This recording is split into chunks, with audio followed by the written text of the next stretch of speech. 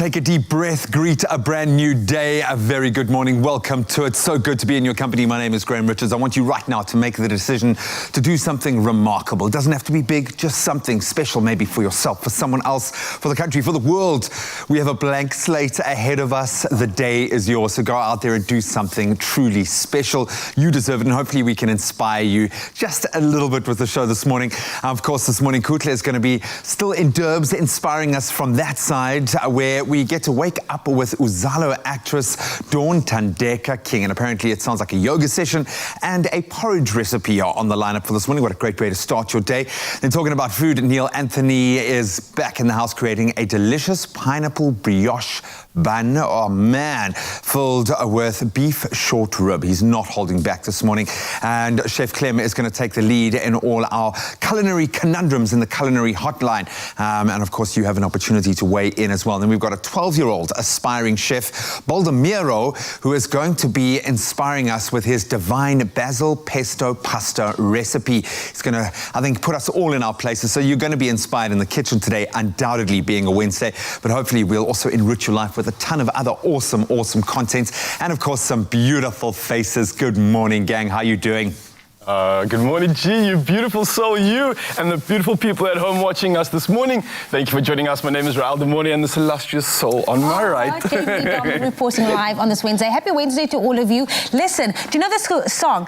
Back to school, back to reality. Yes, okay. I forgot the words after that because I realized it's back to school. No. Kind of good, kind of no. Listen, a lot of kids are returning back to school this week, and that's actually our social media question today. How are you finding it? Please let us know, navigating your way through the new normal. I mean, the new normal is crazy, JV. I can't even expect what kids and parents must be getting up there at home when the school system was currently going down. But I think a lot of relief for some parents having the opportunity to go back to school. But I think also just to keep kids entertained. We've found new ways and new forms of entertainment. And today on the show, we're going to be doing a version of that. We've got a soccer ball and we've got a creative session where we're going to be training kids. And everyone else at home, you guys can join in on the fun too and have one killer workout. And all you need is a soccer ball and tons of fun. I love that. And Shanas Moss, our registered counsellor, is also with us today to speak about, the anxiety and maybe the dialogue and conversation we need to have with our kids before sending them back to school. Again, this is the new normal. They are returning back to school, so it's so important to weigh in on this conversation. Expresso Morning Show, SABC3. Lots of fun to be had on this Wednesday morning, but of course, keep it locked right here, and we're going to find out what's happening in and around the world with G. Thanks so much. Having just gone the top of the hour, let's delve into our national news first. And we start here in South Africa, where we should have a drunk driving limit of 0 by December. Transport Minister Fikile Mbalula has said on Tuesday, this as Mbalula told a news conference yesterday that the draft law would now be submitted to the Parliamentary Portfolio Committee for Transport, with the expectation that it'll be passed into law before Parliament is dissolved at the year end. And he said this means there must be no alcohol in a driver's blood at all. The National Road Traffic Amendment Bill was already approved by Cabinet in March this year. Then staying with Transport Minister Fikile Mbalula, who yesterday also announced the new transport regulations under Level 2 of the lockdown. Mbalula said that the undertaking of short-distance public transport of 200 kilometers or less, buses, minibuses, e-hailing services, metered taxis, shuttle service and scholar transport vehicles are permitted to carry 100% of their maximum license capacity.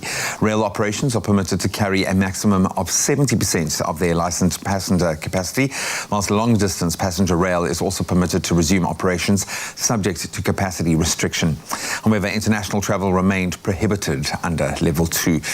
Then on to our international news this morning. Scrap metal from what was once the world's oldest serving aircraft carrier and Britain's flagship during the 1982 Falklands War could be used to manufacture motorbikes. The firm charged with breaking it down said yesterday the ship entered Britain's Royal Navy in 1959 as the HMS Hermes after being removed from service in 1944. She was sold to the Indian Navy in 1986 and renamed the INS Virat before serving another 29 years. Virat, which means giant in Sanskrit, was finally decommissioned back in 2017, having sailed more than 1 million kilometers. Then bringing it back to the continent, Zimbabwe has made it illegal for schools to expel pupils who fall pregnant. A measure women's rights campaigners said would help tackle gender inequality in the classroom and prevent many girls from dropping out of school. Many parents of pregnant girls or the girls themselves decide to quit schooling due to pregnancy, and schools do not always do enough to encourage them to stay, officials say. In 2018, 12.5% of the country's roughly 57,500 school dropouts stopped attending classes due to pregnancy or marriage reasons, almost all of them girls. Now, we next meet the man bringing light to remote Kenya. Some 5 million of Kenya's 8 million households are not connected to the national power grid. John Magira Wangare was only 21 when he became fed up with this state of affairs and decided to change it. While still a student, he had managed to produce hydroelectric power using parts from an old bicycle and obtaining water from the local river Goro in his rural village, Jumbi. Now, despite his poor performance in physics at school, through this Wednesday morning. That's where we leave our news headlines for now. Let's touch on our sporting lineup.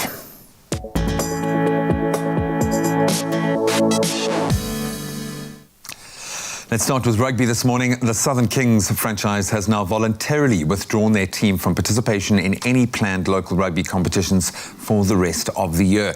Chairman of the Southern Kings board, Andre Rademan, said the decision was taken reluctantly but attributed the decision to financial difficulties at the franchise.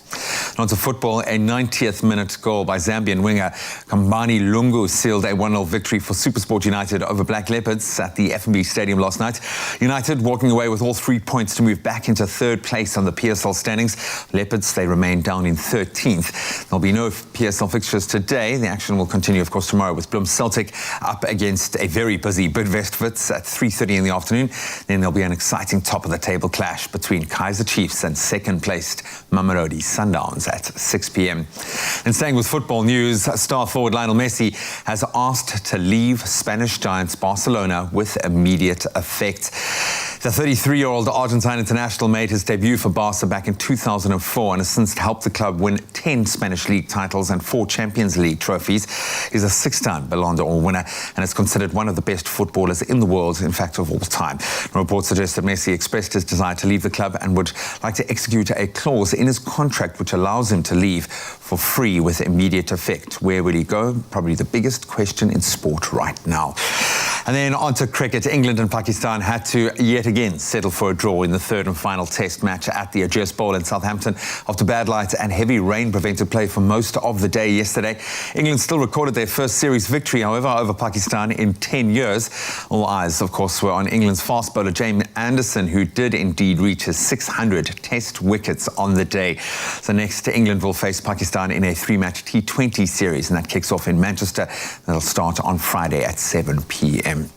That's where we leave our sporting headlines for now. Let's take one first look at our weather and some of your beautiful sunrise pictures.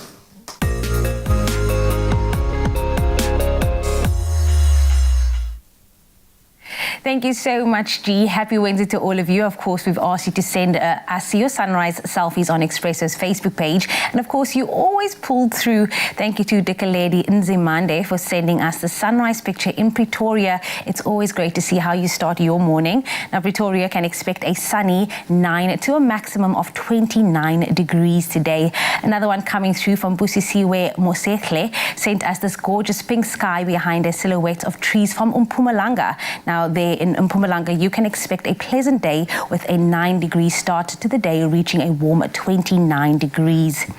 The downpours of the previous weeks have brought a welcome boost to Cape Town dam levels, with the total capacity of dams supplying the Cape Metro increasing to 88%, a 4% rise from the previous week. Now, Alderman Xanthia Limburg says the further recovery of dams is most encouraging, but it is also important to note that it is not a result of rainfall alone, but also the sustained reduction in water consumption and residents' continuous adherence to water restrictions. Now, more rain is forecast for the Western Cape from tomorrow evening, continuing into the weekend. Not such good news is that the Vaal Dam level has reached a record low of 38.7%. This time last year, the dam was more than 62% full. The Water and Sanitation Department has made an urgent appeal to citizens to use water very sparingly and report leakages or burst pipes. Now bring it back home to have a first look at the temperatures for the day. Starting off with Polokwane, your low is 10, peaking at 29 today. Umbumbela ranges from 9 to 29. For you, Pretoria, your minimum temperature is coming through with 9 and a maximum of 28. If you do find yourself in the city of gold, Johannesburg, ranging from 7 to 26 degrees today. Mahikeng, 13-29. Klerksdorp, 13-28. For you, Kimberley, coming through with a minimum of 8 and a maximum of 26. Bloemfontein ranges from 2 to 21 today. Richards Bay following shortly with 11 to 22. Pietermaritzburg 8-20. And if you do find yourself in South Africa's playground today, Durban with a low of 14 and a high of 21. Umtata ranges from 7 to 18. East London 14-18. Craddock for you, your low is 3 with a high of 18. The friendly city of Port Elizabeth following through with a low of 14 and a high of 18. George 8-16. The mother city Cape Town shying away from a low of 11 and a high of 18. Worcester 5-18. Sutherland coming through with -2, peaking at only 14 degrees. And then last but definitely not least, Uppington with a low of 7 and a high of 23. But of course, whatever the weather, wherever you find yourself on this beautiful Wednesday, make sure to keep it locked right here on your Feel Good Breakfast Show. So first of all, well done to Cape Town for managing the water supplies as well as they have been. That's really, really beautiful. Maybe we can bath soon.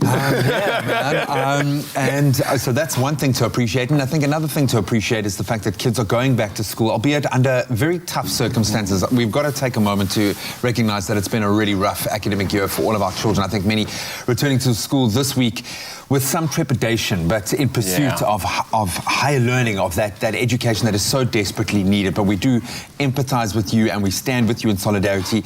I suppose it's cool that you're going to be able to see your friends. Definitely. It has to happen, so we're going to be there with you. Yeah, now despite the challenges today, we will be giving you tips on ensuring your children are ready to get back to school. And that's why we're sharing the following words of encouragement from the man himself. Thomas Edison was an inventor and was hailed as one of the greatest indeed. And now this is what he had to say. Our greatest weakness lies in giving up. The most certain way to succeed is always to try just one more time. Yeah. You know, you might not have discovered the light bulb or electricity if you hadn't tried over and over. I know there's a lot of Nicholas Tesla fans going, who was Thomas Edison? He didn't discover electricity. Wherever your allegiances lie, he was an amazing man, and I absolutely love those words. So think about that as you go back to school, because it's going to be challenging. I know you've missed out on a lot of work. I know it's going to seem like a mountain to climb, but we can do it. Parents, we're going to be there to support our kids. Kids, we're going to be there to support each other. And just be calm, man. Just be calm and take it easy. But we got you. Stick around. We're going to have lots of fun going back to school today.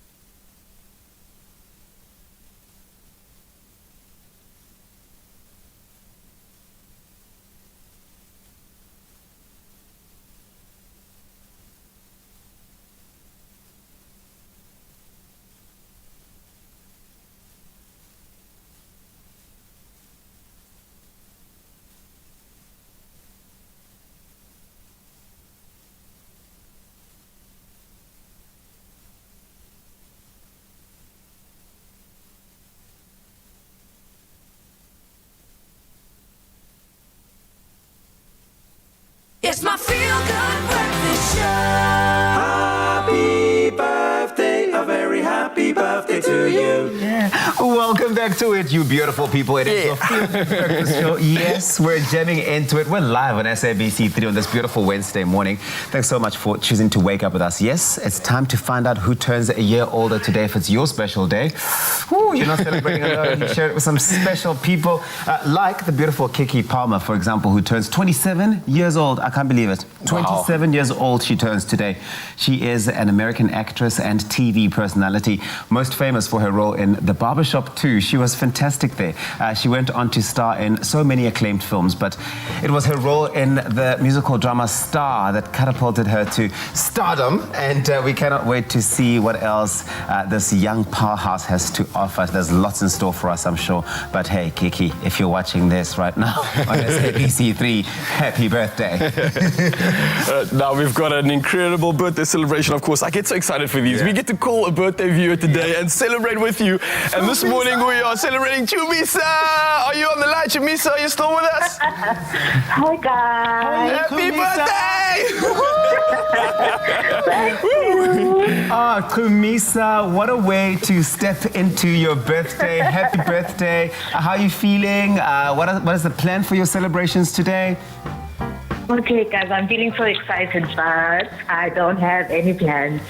Well, you know what? Sometimes when it is your birthday, it's actually better to not have any plans because everybody else around you makes all those plans, right? Yeah.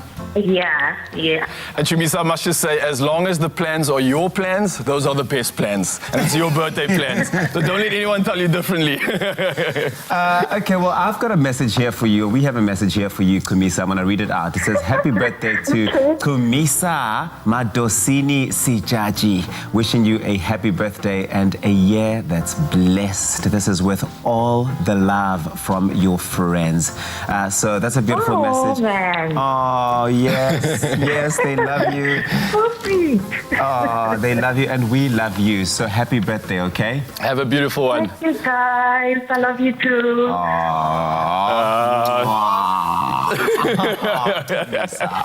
Day made. Yes, I love it. Now off to the other side of the birthday celebrations where we're talking to you beautiful souls at home. Now we're starting off with Alwyn and Mercia who are celebrating their birthdays today. And the message is happy birthday to Alwyn and Mercia Haupt. May God bless you always. You have an awesome day. Love from Elaine, Eleanor, family and friends. Have a beautiful one, guys. And the next one goes out to Katleho. It says, I wish Katleho a very, very happy birthday. May the Lord grant you blessings over blessings. Stay the beautiful and happy soul that you are. From Maria and the rest of your friends. This is for anyone who's ever doubted that Katleho is indeed a unisex name. There we go. Oh, it's settled. Now we've got Adam celebrating his 4th birthday. To my grandson, Adam, may you be blessed with many, many more. From Roberta Groenewald. And then Shafiq's up next for his birthday, saying a happy birthday to our dad, Shafiq Mani. May the Almighty grant you with many more healthy and fruitful years to come. Inshallah, we love you lots. From your kids, Hassant and Madaniya. Oh, well, we're not leaving Emmanuel behind because it's his birthday as well. It says here, happy birthday, my brother Emmanuel Mpelo. A happiest and blessed birthday. May the Almighty God keep you alive for many, many years to come. Have a splendid day and enjoy it to the fullest. Up the bucks. Yeah. Graham is screaming up the bucks in the background. This is from your little sister, Mpelo Ntswaki. And of course, we love the waves going on there. And last but not least, we've got Mackenzie this morning celebrating his birthday. May you have a sparkly, unicorn kind of day. Wow, you are 5 now. You are such a super special girl/unicorn. I love that. And we love you very much. From mom, dad, and your sisters, Mackenzie, and the rest of all you beautiful souls, have an incredible birthday today. Well, listen, we love to celebrate birthdays. I think we've all come to agree that right now. We know that it's something we really enjoy on this show. So if you have a loved one celebrating their birthday, you want us to show them some love here on the show, why don't you send us a WhatsApp? We love those WhatsApp videos where you are singing them their favorite song and you send it to us and then we play it on TV. A nice message, maybe even send it to 071 640 6551. And you can also send us an email, birthdays@cardova.tv, and we will put them up on the show right here. But from all of us here at Expresso, if it's your birthday, happy birthday. Happy Happy birthday indeed. Maybe you are celebrating this day by going back to school, because yes, it is back to school for all the grade R, all the way up to grade 11. And they'll be joining the matrics and grade 7s who returned earlier this month, which means more learners for educators to handle and keep safe during these unprecedented times. But how can parents help keep their children safe and reduce anxiety for those children adapting to the new routine, maybe the new normal, as we always speak about? Our trusted registered counsellor, Shinaz Moos, joins us this morning to give some pearls of wisdom. Shinaz Moos, always so good to have you with us on your Feel Good Breakfast Show. Hi guys, good morning. It's so good to be back and to see Graham in the studio. Hi Graham. I know, I was literally just thinking that my parenting skills have suffered because I haven't been able to lean on you as a resource, but we've been Insta friends, so that's helped keep the connection alive. Shinaz, I'm going to call it a special time. As much as there is a lot of anxiety around this, being a social creature myself, I loved being able to connect with my friends again. So there is that element which I think kids are going to love, but there is obviously going to be anxiety for parents, anxiety for learners, anxiety for teachers. My most important thought at the moment is probably for our learners themselves. What do we as parents say to our children now? How do we get them feeling inspired and less anxious to go back to school? How do we approach that? Yeah, you know, I think the main thing is that the virus actually hasn't left us. We've just had to adapt to live alongside it. So the first instruction or the first conversation with your child should be, you know what, we have to be extra cautious. The things that we were doing, we have to carry on doing, the mask wearing, sanitizing, social distancing, and it seems very hard to put it all together in like a package, but this is the reality. And some kids have actually gone back already. My son's in grade 7, so he's been back at school. So I'm always conversing with him about the physical environment of school and what's different. And I think that's an important thing to actually do. Talk to your kids about how school, the physical environment is a little bit different to what they were used to. Shinaz, sorry to interject there. Did he find it difficult going back to school? What was his experience going back into that environment? So the first thing was that in break time, they couldn't play like they used to. The chairs were put outside, you know, apart from each other, and they had to like sit and eat their lunches, where they normally used to, even at that age, running around and climbing and, you know, free play, which is necessary for children's well-being, just the ability to move as they want. And that ability has been taken away for safety reasons. So kids have to sit quietly or sit apart. So it does have an impact, quite an enormous one. And I don't know if everyone's factored in the emotional well-being long-term of children being in an environment where movement and social interaction is restricted. It is difficult. It's difficult for us as the parents, but also difficult for the kids. And I want to speak about those kids that, you know, are facing anxiety during this time, going back to school. How can we as parents might be hyper anxious already. Help them with their worries? You know, so I think I said, I think last week or the week before on the show, that even children who don't have anxiety will be anxious because they've been told to stay indoors and not have contact with other people. Now, for some, this may be the first time that they are coming out into the world in contact with people. So for some children, you know, discussing or even more importantly, showing pictures. If the school can provide photos of how the new environment looked. A lot of kids have to be in a different classroom to what they were used to. A lot of them are going to school on different days in different batches. So the whole routine of how they know school is completely changed. So for the very anxious child, they need a lot of conversation and information about what it will look like. Will it change?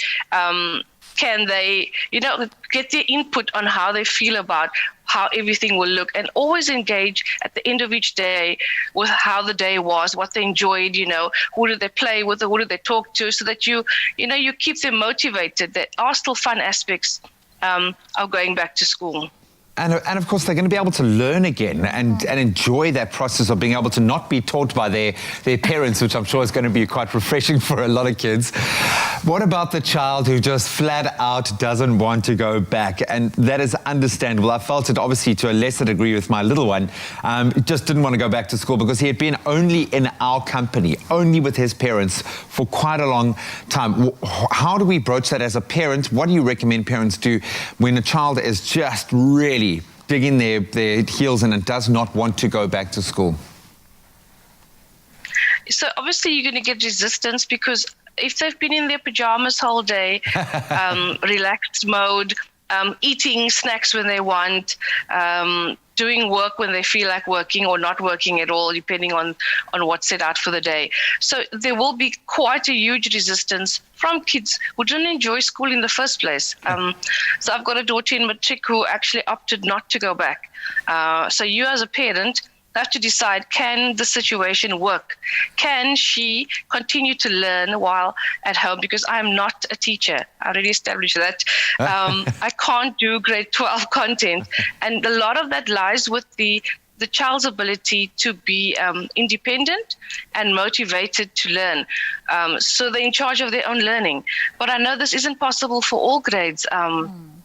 So it's a hard conversation when the child doesn't actually want to go. For younger kids, I don't think you're going to have a lot of leeway or play because they need to go. So it's building a fun element into going back to school, and that will be different for each child depending on what they enjoy. Shanaz, it was so good for you to unpack this conversation that we need to have with our kids before introducing them back to the new world, again, back to the new normal of sending them back to school. But of course, stay with us, you at home as well, as we'll be talking about creating a new routine with your children going back to school and maybe creating a fun element as we send them back to school. Man. You're going to see your friends. Yeah. You don't have to listen to mom and dad teaching you all day. It's going to be amazing. But we'll continue that conversation in just a moment. Only you can make my day.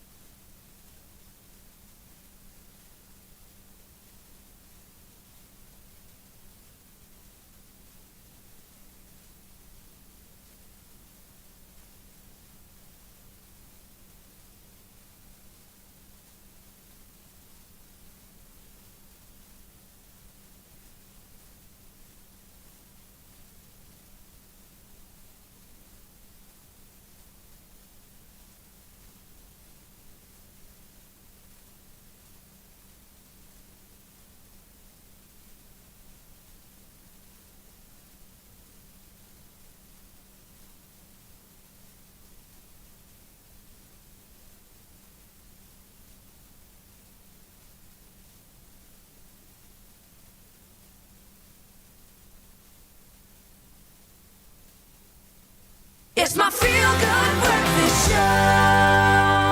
You tuned into your feel-good breakfast show, Expresso, on SABC3 at the start of a brand new day, of course. Now, word on the street is that a few local and favorite momfluencers each received a Cadbury Dairy Milk Glass and a Half Project Presents There's a Story in Everyone inspired drop on their doorstep.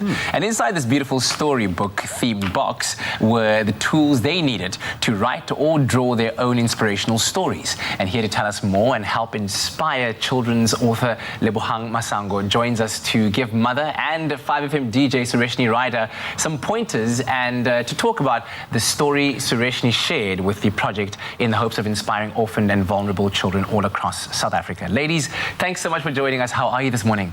Hi. So good to have you guys. Sureshni, let's start with you. Take us through the process of writing your beautiful story. What were you inspired by to tell that story?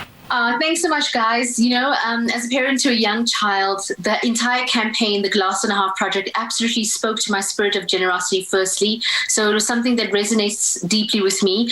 Every day as a parent, I try to walk Parvani through this gate of showing compassion and being empathetic to people around her. And for us, we use the story about being happy and blessed in the skin that you were born in, and to find it inspiring. And even if you might have flaws that you regard as flaws, but just celebrate the differences. So our story is all about realizing how special we are, accepting the skin that we're born in, and to use that skin to show love to others. Oh, that's absolutely beautiful. I love that very much, Sureshni. Now, Lebohang, what can be one of the most challenging parts of writing your own story? And Sureshni, what did you find challenging when starting to write your own story? Let's start with you first, Lebohang. So, I mean, one of the most challenging parts of writing a story is really the nerves and the anxiety, being scared to share with people something that's inside of you. Will they like it? Will they see it the way I see it? Will they appreciate it? You know, all of these things go through your head. And I think that's what stops a lot of people from sharing their stories. But what you need to realize is that all of us are sharing this big human experience. And as Sureshni mentioned, you know, compassion and being able to relate to others with empathy by putting your story out there and getting over those nerves. Not only are you putting some light into the world, but you're sharing light with others who will share it with others as well. Yeah, to speak to what Lebohang just said, you know, every day we try to encourage our child that when you meet your friend or you have a friend, to leave them in a better place than when you first found them. So our challenge was to stick to a story that would leave somebody inspired, but also to give them almost like a book of life. And if you look at what the book kind of, this is Parvani's drawing, by the way. Oh, wow. Her story, wow. Yeah, so her story is very sweet. It's a story of a pretty little unicorn named Luna, and this is her fox named Pearl. And Parvani specifically said, Mom, we have to make kids laugh, and this must be, it's a little book of life. It's your life goals, it's your life lessons. So we wanted to kind of encompass that beautiful generosity spirit in our little story. Once upon a time, in a dark and wild forest, lived a lonely unicorn named Luna Cadberia. She did not believe that she was special or beautiful because she had a cracked horn. She hid away from the sunshine in case the other unicorns saw her. She didn't want to give them a fright, and she was too afraid if they would tease her. So Luna stayed all alone with no friends to play with. Until one stormy night. In that same forest, a feisty fox named Pearl had lost her way. She was so afraid of the dark and the thunder and felt all alone. But Luna heard Pearl's tiny whimpers and came to her rescue. She kept Pearl safe under her majestic wings and covered her wounds and scratches. Every time Luna showed Pearl a random act of kindness, a piece of her cracked horn magically healed and fixed itself. To say thank you and show Luna some love, Pearl the fox took Luna into the brightest part of the forest so that she could finally feel the warm rays of the sun on her horn and her wings. It's a stunning story, honestly, Sureshni. I mean, honestly. I can imagine it playing out. Yes. It's like an animation right now in my mind. It draws you in, right? But Sureshni, how exactly will you be sharing this story with the rest of South Africa? Our beautiful stories are going to be compiled into this magnificent ebook that Cadbury Dairy Milk have put together. All it is, it's about sharing a story. Don't judge yourself and don't overthink it. So we're all coming together, writing these little stories, and then we are submitting it to Cadbury. They've got beautiful platforms available to you on their websites, etc. But they'll collect all of these beautiful stories and put it together in an ebook. And this then gets distributed to those children who find themselves in this hectically vulnerable position, And it's that little story that will be a little legacy for them to like remember and think about. And always think about how special your words are, because every day your words, they have an impact on you. When you leave somebody with strong, beautiful words, it can inspire them. This little book is going to be like a little handbook for life. So please, when you notice the Cadbury hashtag #glass&a-half, and when you see that you can submit these stories, take some time, write your story, and share this inspiration with everybody. Oh man, I want to start doing that as well. I'm trying to conjure up a story in my mind. I'll have to find it. I know everyone has a story in this. I just got to find my own. Into it. So, Lebohang, what starting points would you give someone when they are looking to write or uncover their own story? Where's best to begin?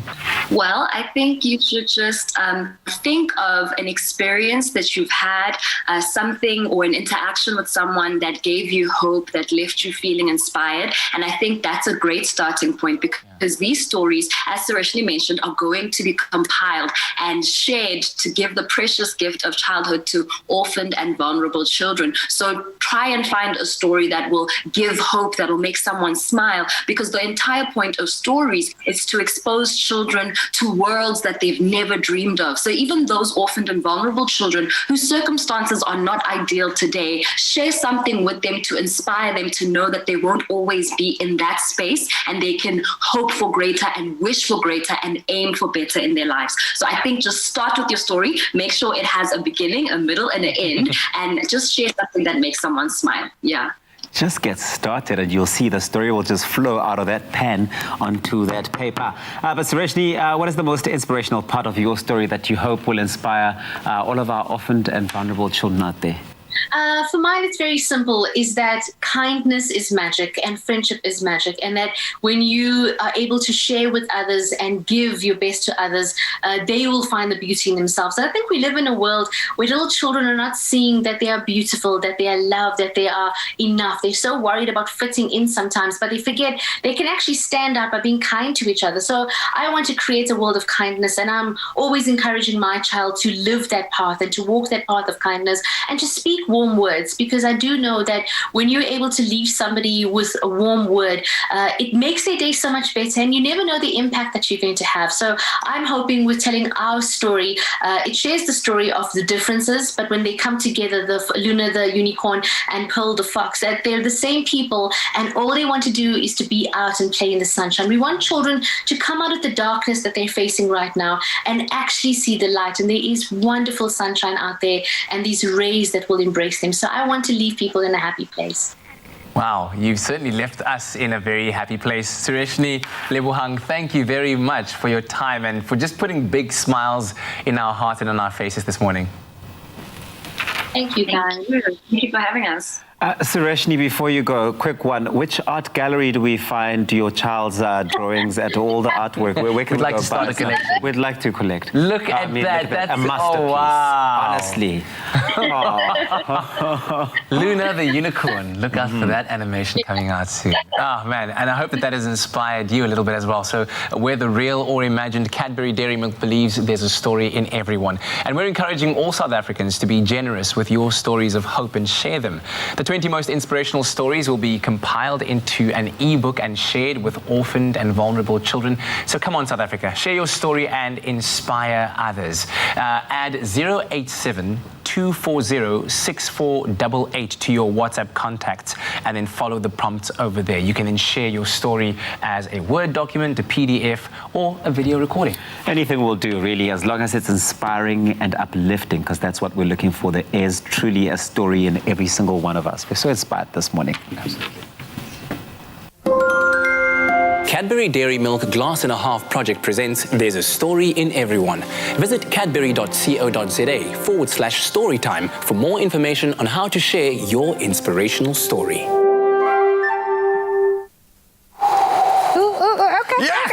I've been practicing all morning.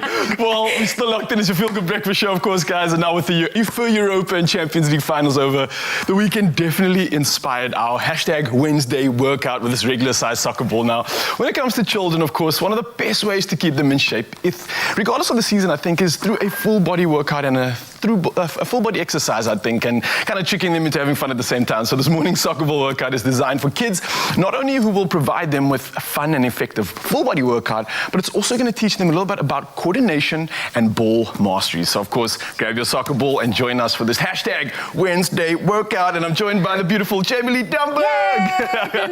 So, Jamie, I've got to say, listening to your chat earlier with the counselor, I think it was so interesting to raise a point which I think is going to serve and solve a problem you discussed earlier. And that's kids going to schools, not having the opportunity to play like they used to, not having the opportunity to express themselves, especially when it comes to the physical expression. And we know kids have so much energy when it comes to being at a younger age, and they're growing, and you just want to go, you just want to dance. So this is a great opportunity for you to get involved with the kids as well, to give them that opportunity to express themselves physically, and also they're going to benefit from the skills, the hand-eye coordination, motor functioning skills, and everything else that comes with that. So we're going to have some fun this morning, of course, as we normally do, and we're using a soccer ball. As always, guys, you don't have to use a soccer ball. You can find any ball that you have at home. So whether it's just a light plastic inflatable ball, you're still going to benefit from it. Hockey ball, you can maybe make it work. It's a little bit too small though, but let's get into it, guys. Let's get involved. All right. So we're starting off with everything as we normally do with a cardio session, right? And cardio is just to get warm. It's also a nice opportunity to have fun.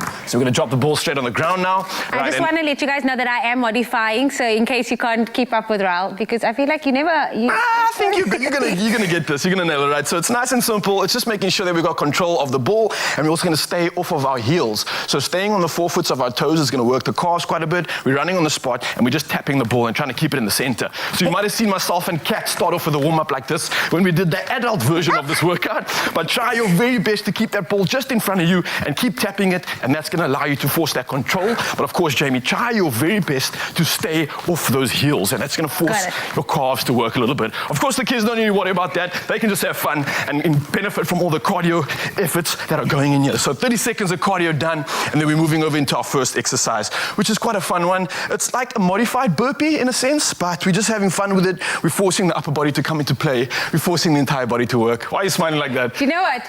Before I even knew you going through this workout, I knew you're going to put a burpee in there somewhere. Yeah, you're going to sneak in burpees. It's like, going to put in a burpee. Oh, my It's like the best exercise ever, right? So what we're going to do is use the ball to support yourself when you're basing on the ground, right? So we go down into a little bit of a squat, nice hinge. When the ball's down on the ground, this is where the stability comes into play. So the kids are going to have fun trying to stay up top on this, and then you shoot your legs back, and then you're going to just step forward nice and easy, lift the ball all the way up to the sky, and then bring it straight back down again. I love this one. Shoot them back, nice, and then step forward, and then bring it all the way up to the sky. So what we're doing is we're working that posterior and anterior chain with the kids as well, also getting functional movement, and of course we are burning calories like you cannot imagine.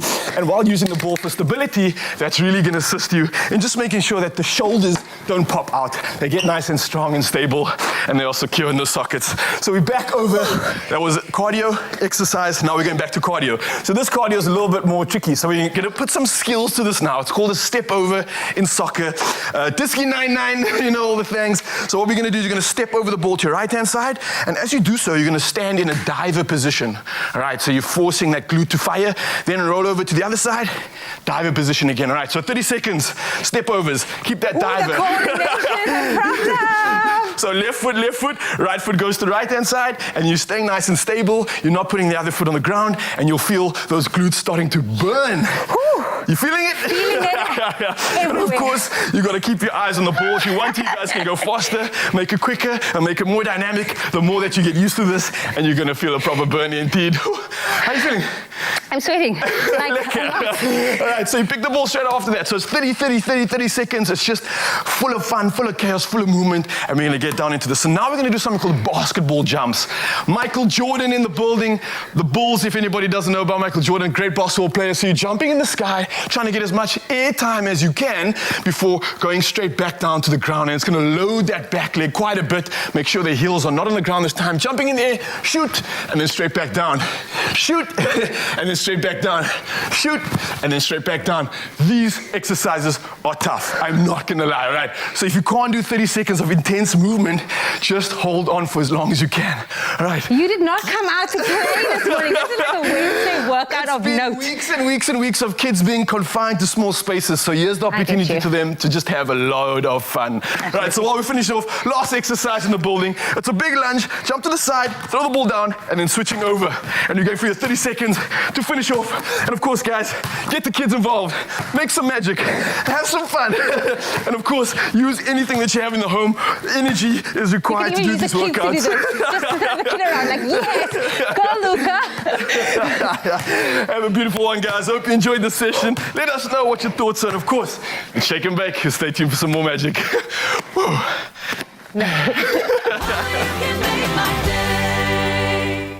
You only have one skin.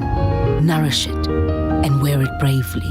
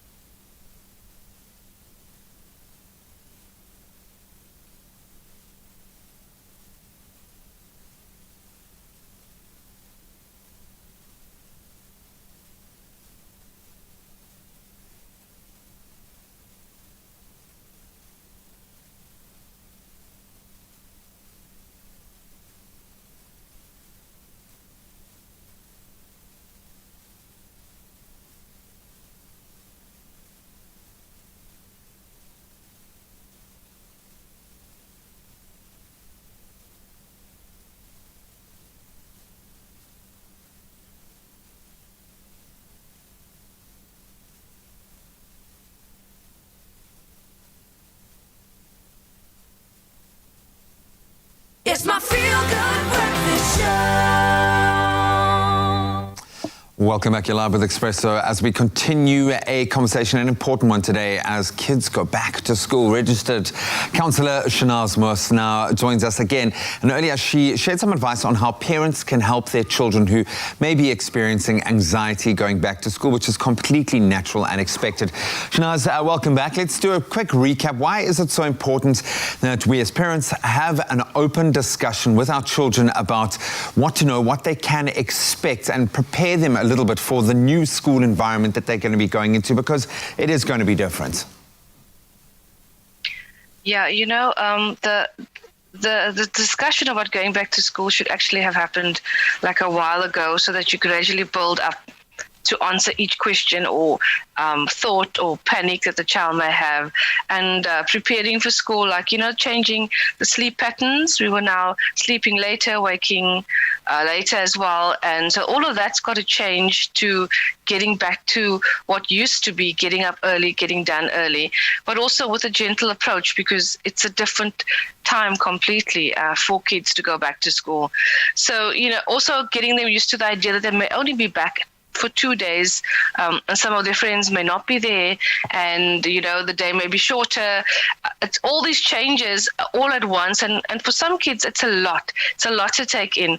So you have to sort of talk about it as much as you can, and the schools tend to communicate quite regularly about what they plan to do and how things will look. And from this, your children aren't reading the emails. It's your job to convey the information to them, have this dialogue about how different, and then get how they would feel about everything in that conversation. And just through releasing the emotion, they'll be more calm. I'm not saying completely calm, in the very changed physical environment and emotional environment that they will probably be in when they go back. Yeah, and I think trust our schools, trust our teachers. They're going to be in great hands once they do get there.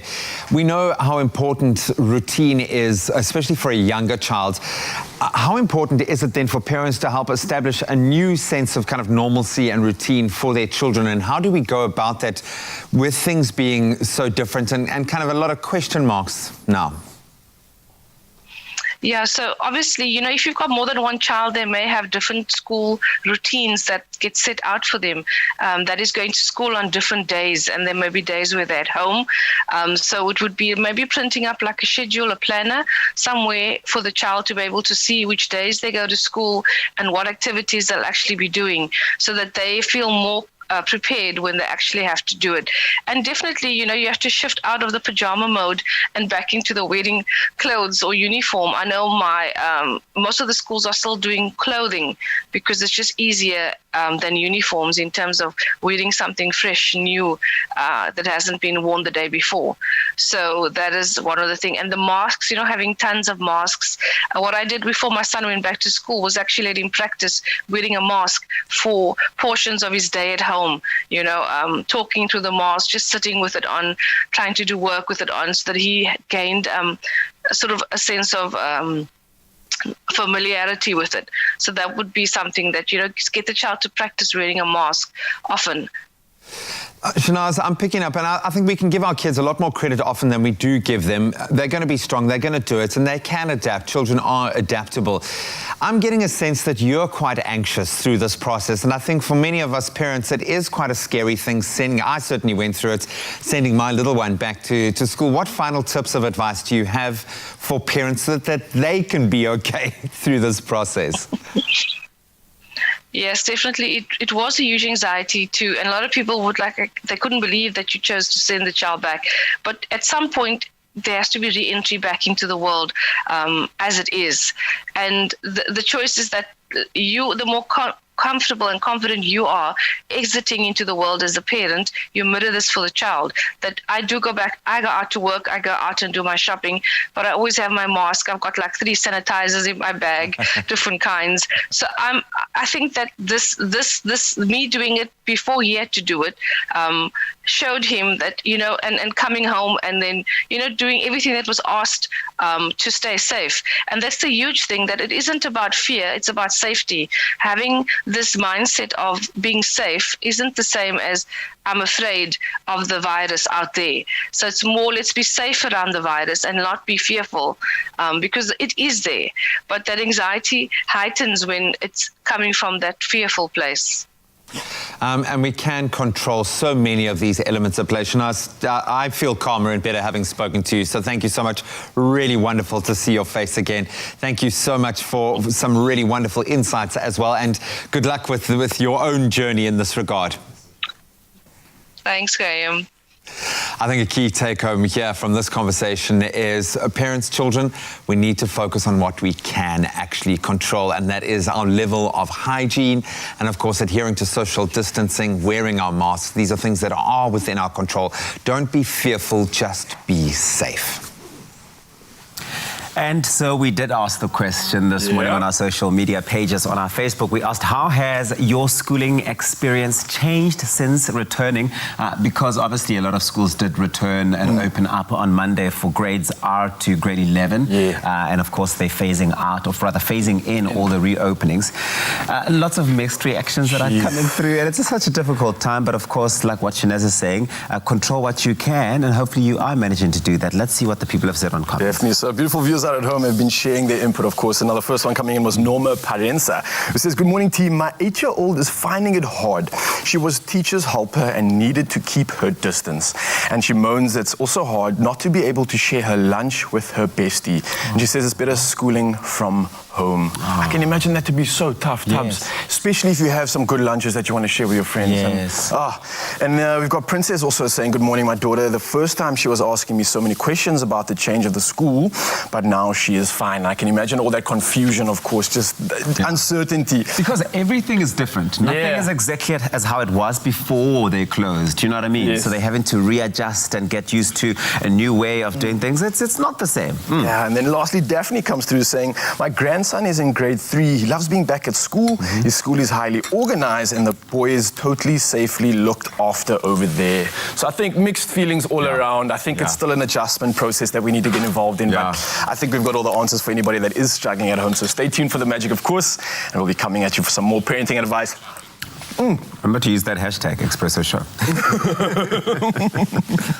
As we go back to school this season, it's also all about adorable newness in the Woolworths baby department, where the baby products are not only well designed and purposeful, but are also guaranteed to keep your baby looking gorgeous, comfortable and safe, and oh so cute.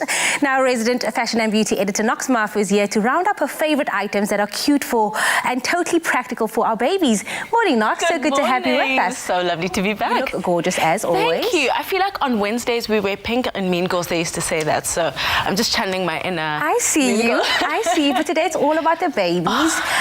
Take us through the hottest trends for babies right now during the season. So I think this baby wear that Woolworths has produced is just absolutely so cute. I literally was at the store yesterday watching this stuff. It's incredible. And I think a lot of what new moms are looking for are color blocking elements. So really lovely colors that you can play with. I mean, you know, we know that gender roles are really just something that we can play with. So with colors, you're not just limited to your pink and your blues. You really can play with amazing colors.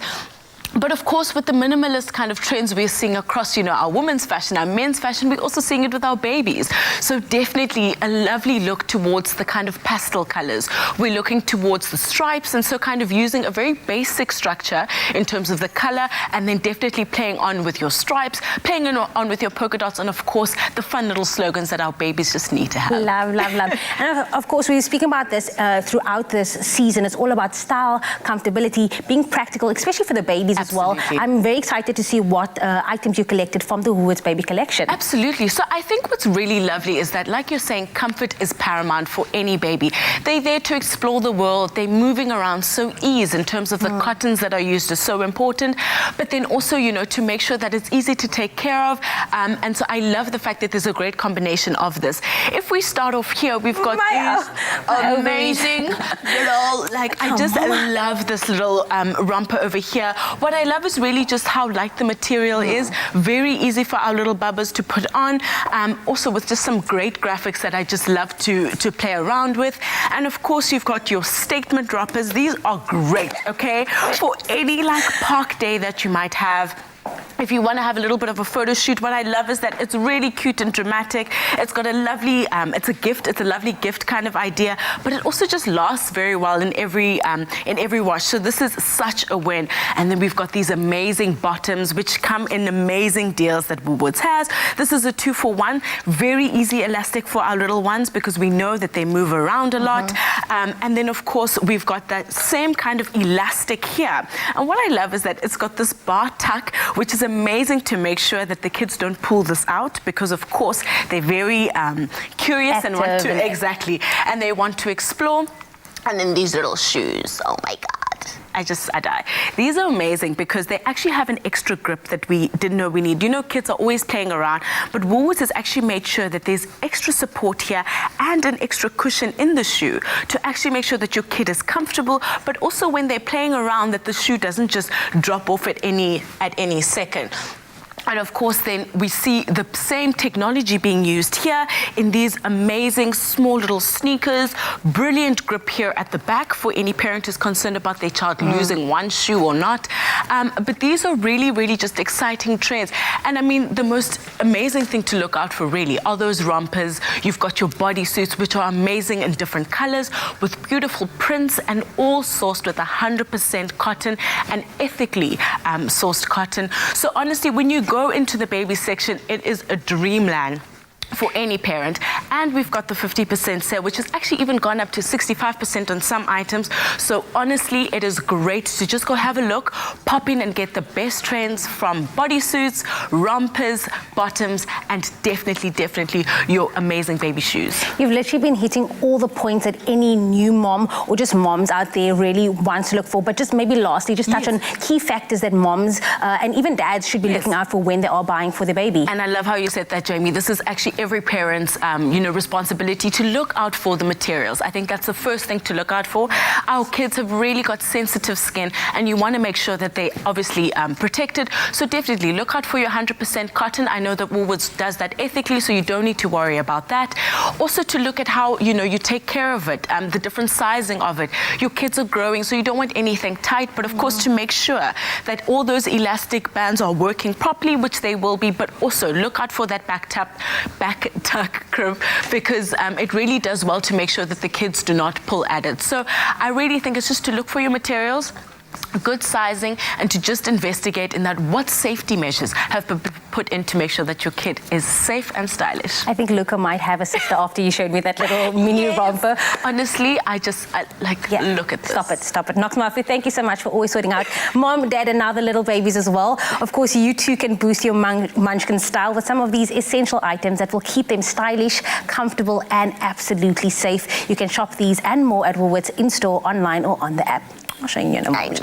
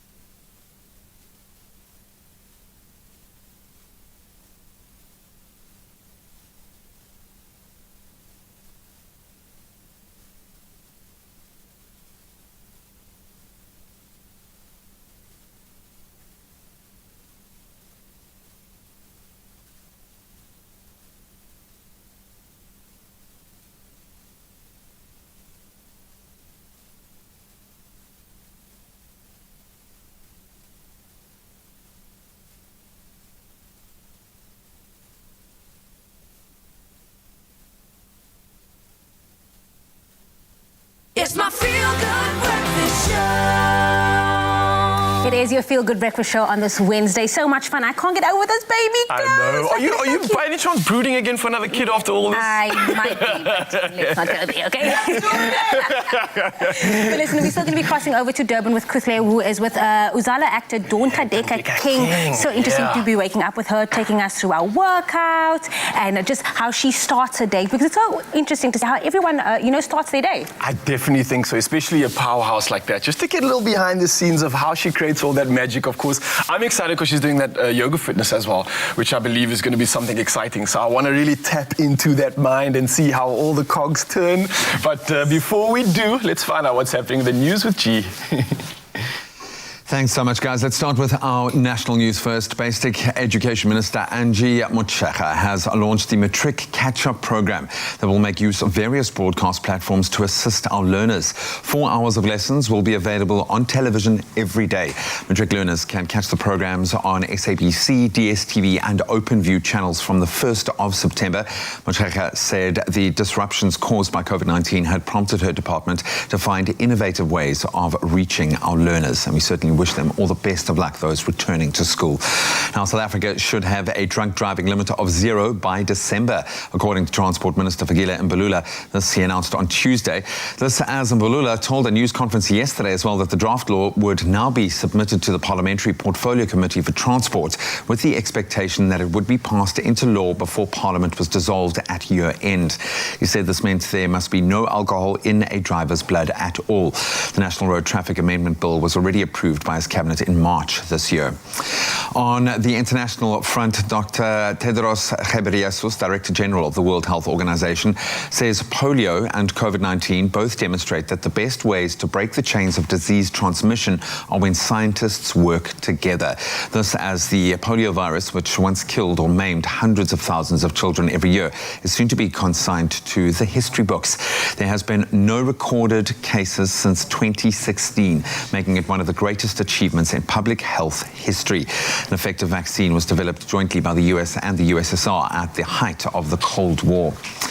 Then scrap metal from what was once the world's oldest serving aircraft carrier and Britain's flagship during the 1982 Falklands War could be used to manufacture motorbikes. The firm charged with dismantling it said yesterday. The ship entered Britain's Royal Navy back in 1959 as the HMS Hermes after being removed from service in 1944.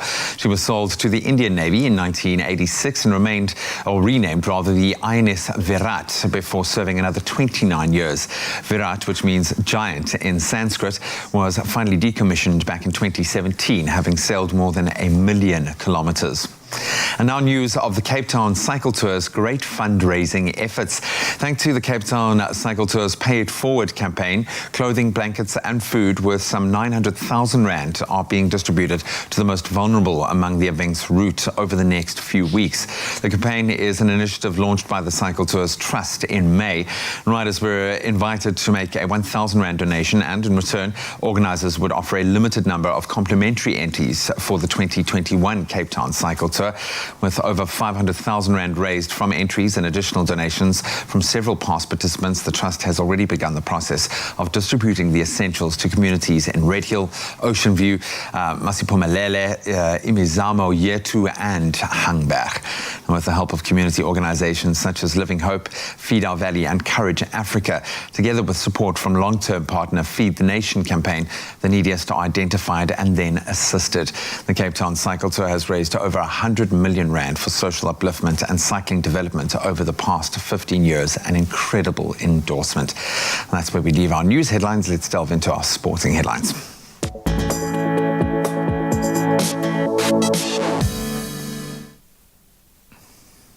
We start with rugby news, and the Southern Kings franchise, who have voluntarily withdrawn their team from participation in any planned local rugby competitions for the remainder of the year.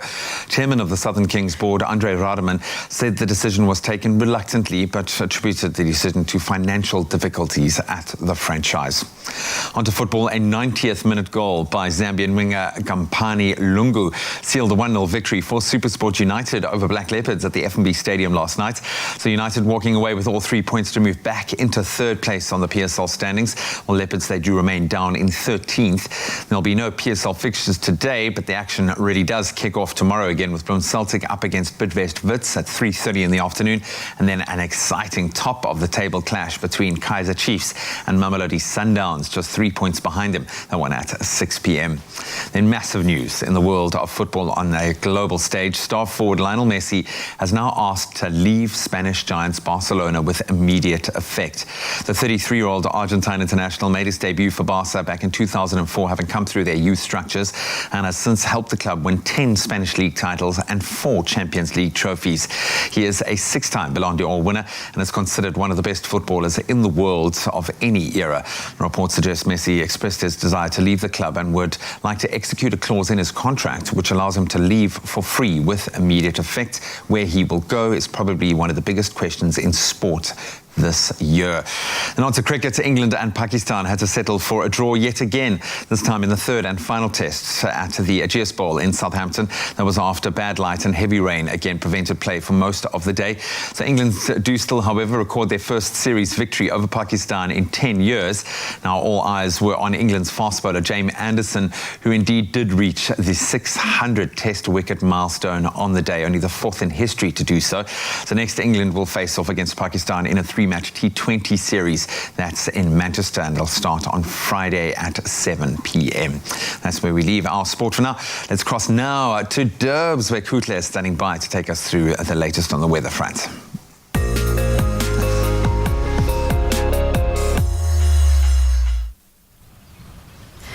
Thank you so much, G. A very good morning to you, team. A good morning to you, South Africa. I am coming to you live from a very warm and loving home of South Africa's most beloved and award-winning actresses, Dawn Thandeka King. But before we get into meeting her, of which I'm so excited to do, let's get into the second look at the weather report. Now, we've asked you to send in your sunrise pictures on Expresso's Facebook page, and you all came through. Thank you to our regular photographer, Alan Rudnicki, for sending in this gorgeous picture of Durbanville Hills for those lows. In Cape Town, you can expect a minimum of 11 degrees, reaching a cool 18 degrees.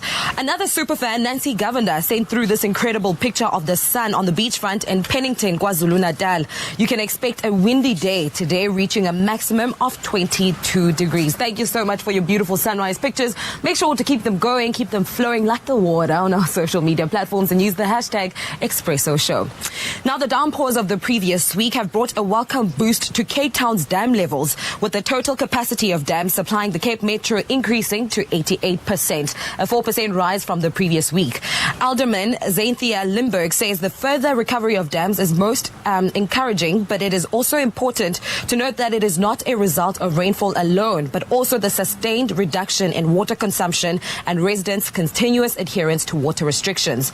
More rain is forecast for the Western Cape from tomorrow evening, continuing into the weekend. Not such good news in the Vaal Dam. Level has reached a record low of 38.7%. This time last year, the dam was more than 62% full. The Water and Sanitation Department has made an urgent appeal to citizens to use water very sparingly and report leakages or burst pipes. Now let's get into the weather forecast for the rest of the country. Siqale Polokwane at a low of 10 degrees, reaching a high of 29. Bombela, it's a partly cloudy day, reaching an afternoon temperature of 29 degrees. Pretoria, also the sun is out namhlanje at a low of 9, reaching a high of 28. Jozi Maboneng, maximum 26. Mahikeng, 13, 29. Klerksdorp, your temperatures range from 13 degrees to 28 degrees. Kimberley, the Big Hole, 8 starts off your morning, reaching an afternoon temperature of 26. Bloemfontein, it's a partly cloudy day, 221. Richards Bay, do expect 58% chance of rain namhlanje and a maximum of 22 degrees. Pietermaritzburg, 25% chance of rain. And Durban, it's a windy day today. Trust and believe, with 25% chance of rain and a maximum of 21 degrees. Moving on to the Eastern Cape, Mthatha, 718. East London, 1418. And Cradock, a partly cloudy day with a low of 3 degrees, reaching a high of 18. A partly cloudy day in the friendly city, Port Elizabeth, 1418. George is a partly cloudy one with 25% chance of rain. And Cape Town, the mother city, 1118. Worcester, 518. Sutherland starts off the morning below zero today at -2, reaching a high of 14. And Uppington, 7 degrees is the low, reaching a high of 23 degrees. I was your 7 o'clock weather roundup, but we'll be back shortly to meet Dawn Tandega King in her beautiful home. Make sure to keep it locked right here on your Feel Good Breakfast Show.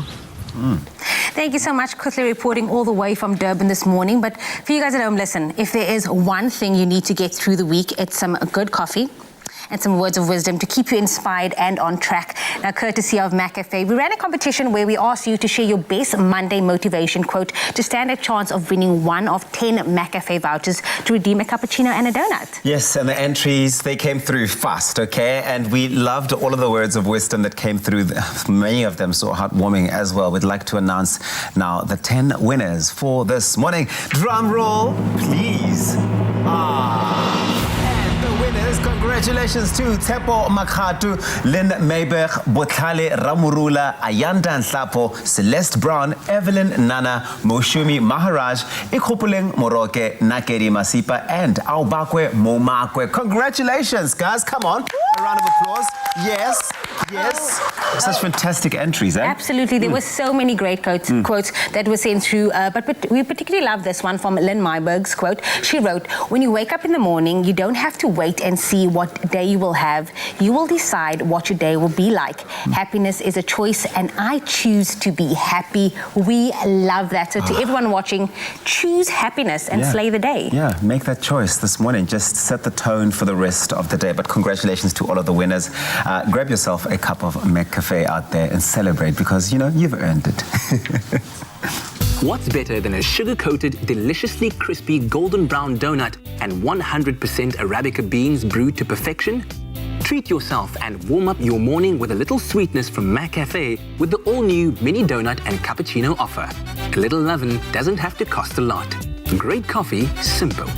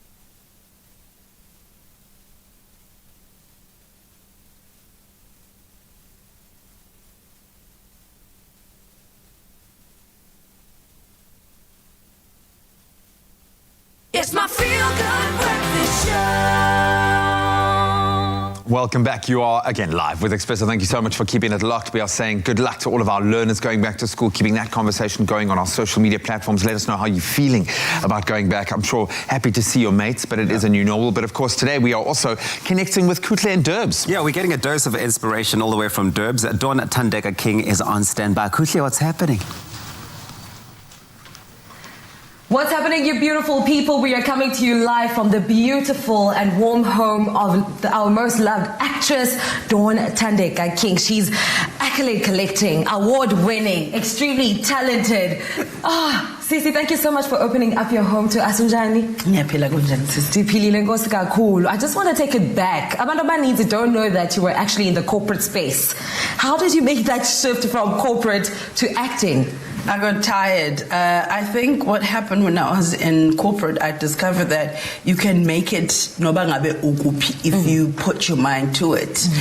But I'm an actress. I'm a performer by nature, by virtue of calling. I'm called to be a performer. So I paid my dues in corporate, and I did well. And I used to work for an amazing hospitality corporation. And I just got tired of it, and I really needed to come and do what I was called to do. How long were you in corporate for? For 5 years. For a whole 5 years? Yes. What does it take to gain the courage to say, you know what, let me just go on and pursue my dreams? With me, I used to get very depressed. Like, I remember the last time, because my original office was here in Durban.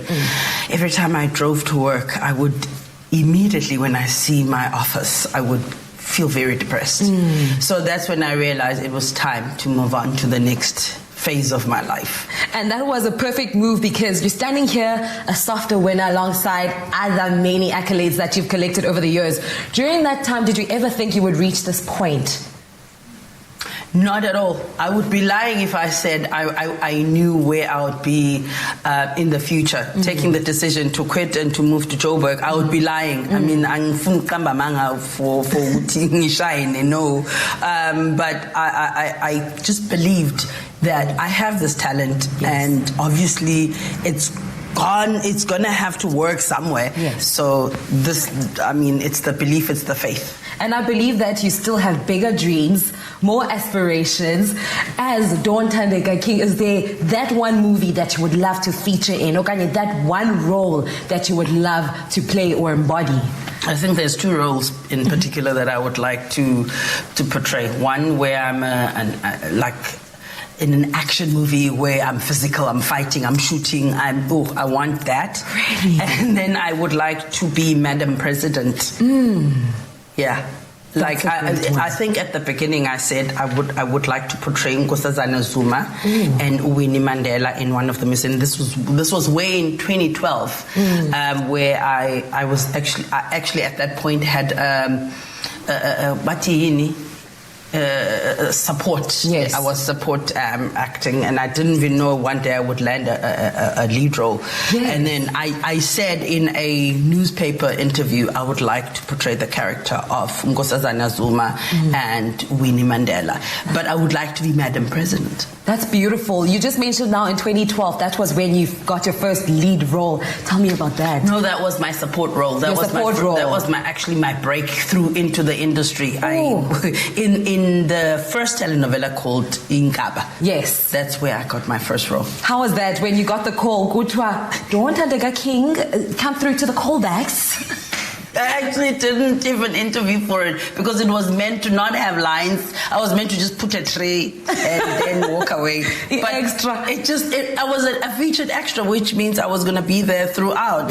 But then somehow 2 months down the line, I had lines. I had like a storyline. And I was with Uta John Kani. I was with Baby Tele. I was with Mam Nakiti Ribane. My God. Wow. It was a set that actually just made me realize you have arrived. You have arrived and you have achieved, and you are going to continue achieving your goals. Amandoma needs a lot of artists, have complained, Ubana, it's difficult to get into the industry. There are so many dry seasons, particularly COVID-19. How do you get through those periods of time? Dry seasons are there for everybody. I think I've been very lucky. Ever since I started working, I have not had dry seasons. Oh, wow. I believe because I always say because I took the the calling first, and then I actually realized when you accept the calling and abantu abadala, they guide you, they just give you what is yours. Yes. So God has been there, my ancestors have been there for me. I haven't had a dry season. Even during COVID-19, we've been very lucky to not have a dry season. I love that you're attributing your success to, your ancestors, and also I believe that you're also religious. Lockdown happened.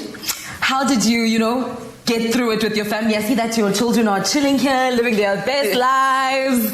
Hey, Jonga, they side-eyeing me. Hi.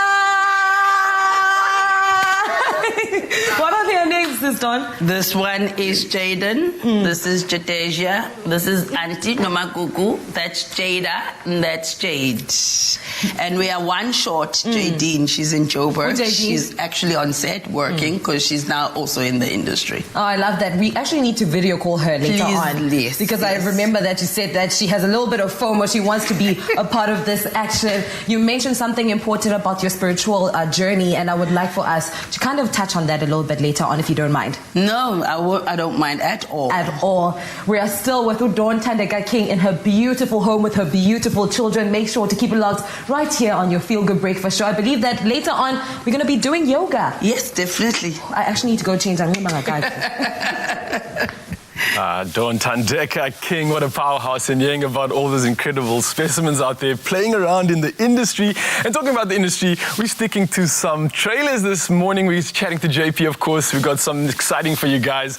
And tuning into the magic, I feel like we've got some a wide array of options this morning. Yeah. So I'm going to be talking about some of the superhero stuff that came out of the weekend a bit later. But right now, mostly slow, kind of simmer whodunit type stuff. Before all of that, though, I just want to remind South Africa that cinemas officially open this Friday. Oh, really? Yeah. Oh, wow. There's going to be some mixed emotions there. I wonder if everyone's going to be running straight back or kind of cautious and hesitant. Okay, let's be very, very officious about this. So, all cinemas, no cash money. Make your booking beforehand. Okay. Go there and you collect that way, so there's no exchanging of currency. No. And then also masks and also social distancing. So if that's a gamble that you want to go take, maybe that's up to you. Maybe a word to everybody else out there that is in the cinema. Please don't cough on each other as well. Just a yeah. I don't know. Like, slip the popcorn in here. Look, go to the websites, look at the rules. Listen to the experts, though, not to for-profit organizations. Listen to scientific experts about these things. But yeah, that's right. Let's talk about trailers that came out this week. Please. Yes, Get me frothing. Ammonite. I'm not a paleontologist, but I think it's a type of mineral or rock that you find fossils in. I actually have a chain made out of a 65 million year old ammonite fossil that is believed to have spiral lines. That is correct. That just happened. Yeah. There goes my segment. Let's talk more about your cool chain, dude. Who cares about the trainers? I care about it, man. No, I'm joking. Yeah, of course you're joking. You have a 65 million year old chain? They're very precious. And those are ammonites. They're like ancient snails. But I doubt the movie's got anything to do with that. Or am I? No. I think use the sense of the tension of something encased and enclosed for millions of years. Something that used to be fleshy and vital, now locked in stone. So you'll get where the sort of romantic simmer comes along in here. Kate Winslet and Saoirse Ronan. Saoirse Ronan, shame, who when she was 8 years old, her favorite movie was Titanic, said that she never thought at that age that she would be the one to be kissing Rose in a movie. I had to switch this trailer in ASAP yesterday when Twitter went mad because people were just, to use the word you were using, frothing because of the kiss in this trailer. Kids were going wild. So Ammonite is actually a true story about a paleontologist. Her name doesn't spring to mind for me right now. Mary Anning, that's right, in 1840s England. And she was absorbed in her work. She was sort of sublimated to suppressing whatever kind of other feelings she might have. And then a young lady comes along and she's brought by her husband, as these things were back in the day. The man speaks on her behalf and he says, "Oh, my wife's got a spot of melancholy. Could you perhaps, usher her around and whatever." And when your wife had melancholy back then, it meant she had feels for Kate Winslet. So she's copying the entanglement unravels and whatever. But already people are saying, "Oh, Oscar." Look, I'll say Kate Winslet looks incredible in this. The way her face, like, there's this distrust, like, who is this young woman? What does she want from me? Is this dangerous? Do I stay? Do I go? Kind of thing that just in this trailer is remarkable enough. Speaking of Oscars, we'll let you guys decide and let us know, of course, if you do get a chance to watch it. No date in SA just yet, but we definitely will get this Definitely, possibly this year, I would hope. Yeah, probably this year. There's a lot of fights. Don't want anyone to hold you to that one. All right, well, moving on now. Let Him Go. A little bit of a different twist to this one. Yeah, so these are two big names. Maybe the youngins won't know this one. Maybe they won't be going so wild on Twitter. But Kevin Costner, who we might remember from Dances with Wolves, anyone? Yes. Kevin Costner, who actually has been quite busy. Hidden Figures, he was very good in. Lost, the NASA movie with the women of color trying to fight for their way through the glass ceiling. And Diane Lane, who played Superman's mom most recently, and Kevin Costner, who played Superman's dad. Yes. Ironic. So this is based on a New York Times bestseller, and it looks like one of these slow burn, simmer type, thriller type things, where an elderly couple, the husband, Kevin Costner, is a retired sheriff, decided they're going to take justice into their own hands because the mother, Diane Lane, sees her daughter getting abused by her husband from the family that they let her into, I suppose.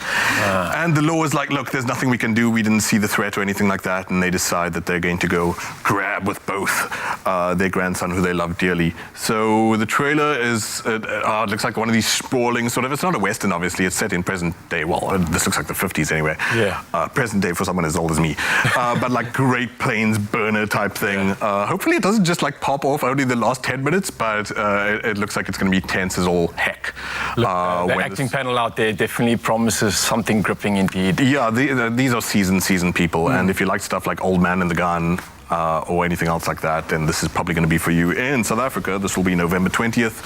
I'm pretty keen, because aside from looking beautiful and tense, like I said, these are some great actors we got in our hands. That is Let Him Go. Let Him Go, guys. Well, there you have it. Some frothing features for you to get excited for the rest of the year. Of course, we don't have a date for Ammonite, but we do have some magic coming up for you. Again, we're going to be chatting to JP about some superhero movies. But before we do, we'll see you guys later. Cheers.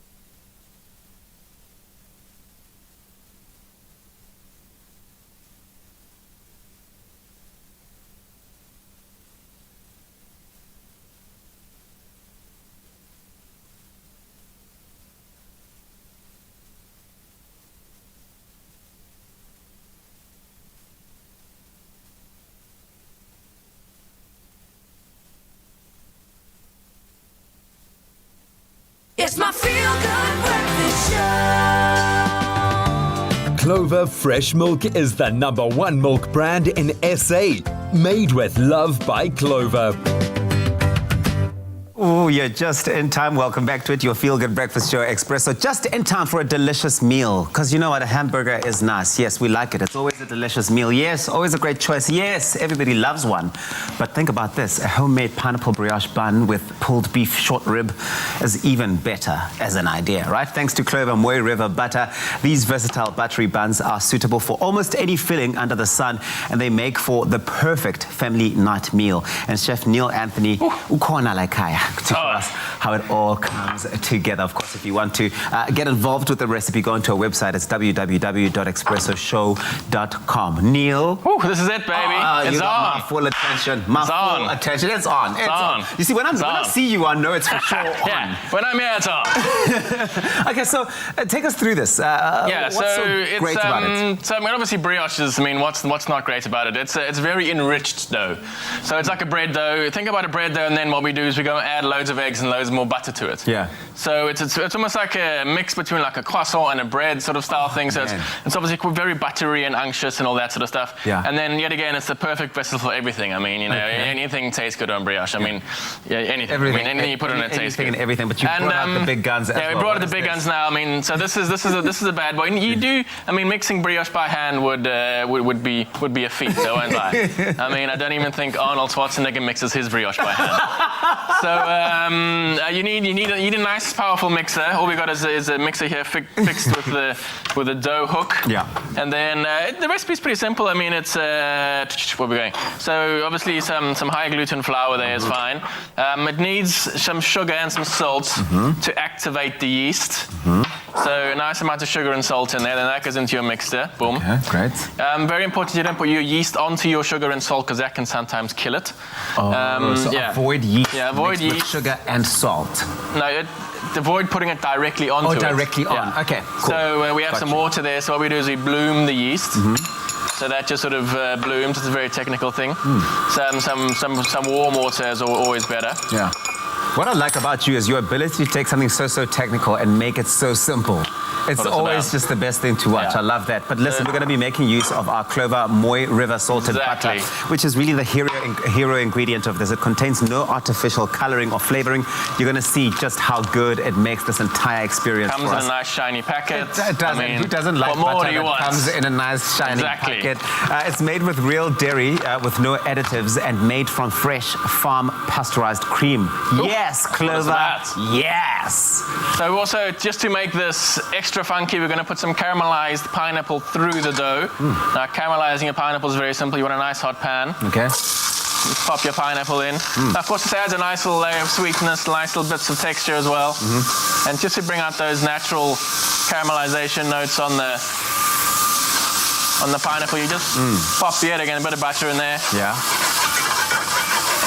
And so once you caramelized your pineapple, what's the method for cooling your pineapple? Because all of yesterday afternoon, all I was hearing Nicole saying is, I'm cooling my pineapple. I'm cooling my pineapple. I don't know, I think she was just chilling out. Oh. She made such a huge event of that chilling out, I have to tell you. I heard her at least 5 times saying, guys, I'm trying to cool my pineapple. So yeah, so we just pop some eggs into that mix as well. And that just sort of keeps on going. So that'll sort of come together as a semi sort of dough. Yeah. Keep another half an eye on your pineapple. Yeah. And if you didn't have this mixer, what else could you use? A lot of elbow grease.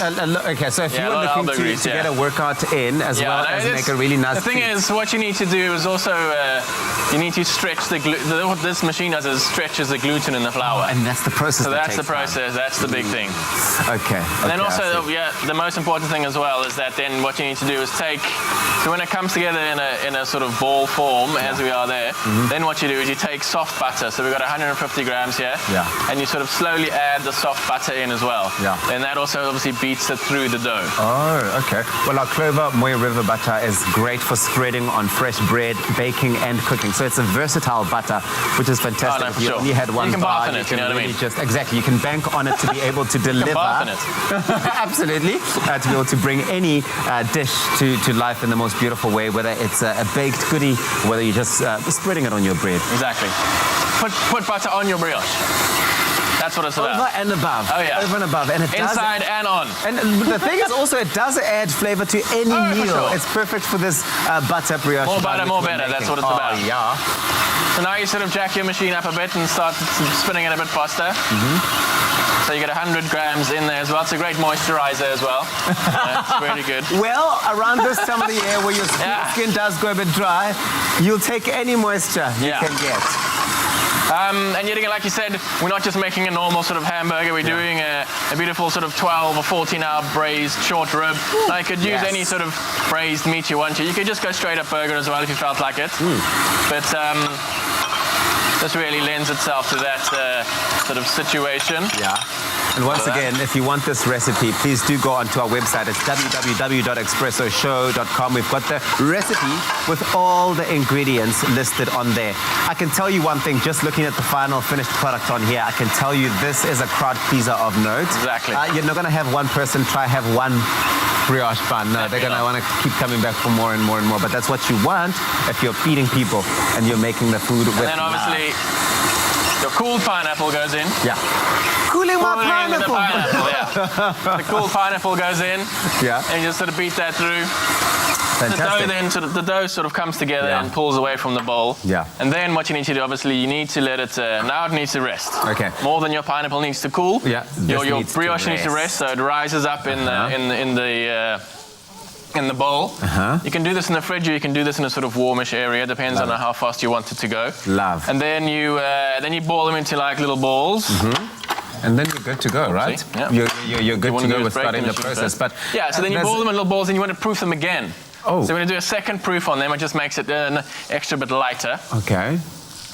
So then you just put a little egg brush on them, so a little egg wash on them. I like to use egg yolk. Gives it a and shine, then you, nice little shine, and you sprinkle it with some, either some more sea salt or some sesame seeds or something like that.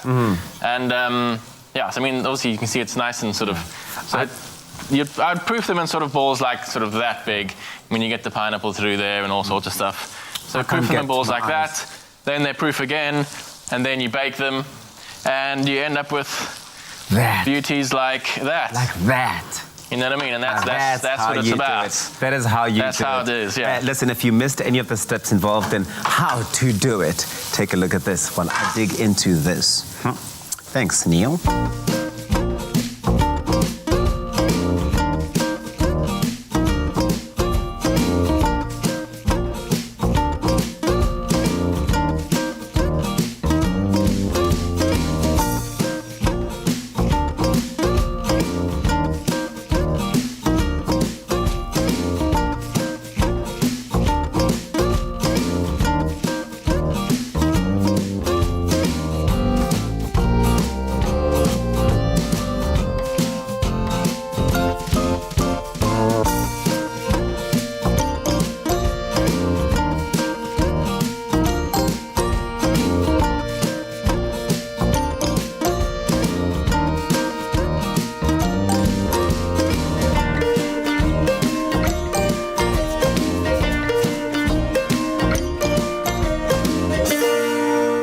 Made with love by Clover.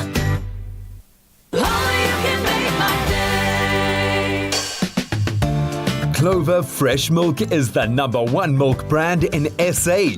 Made with love by Clover.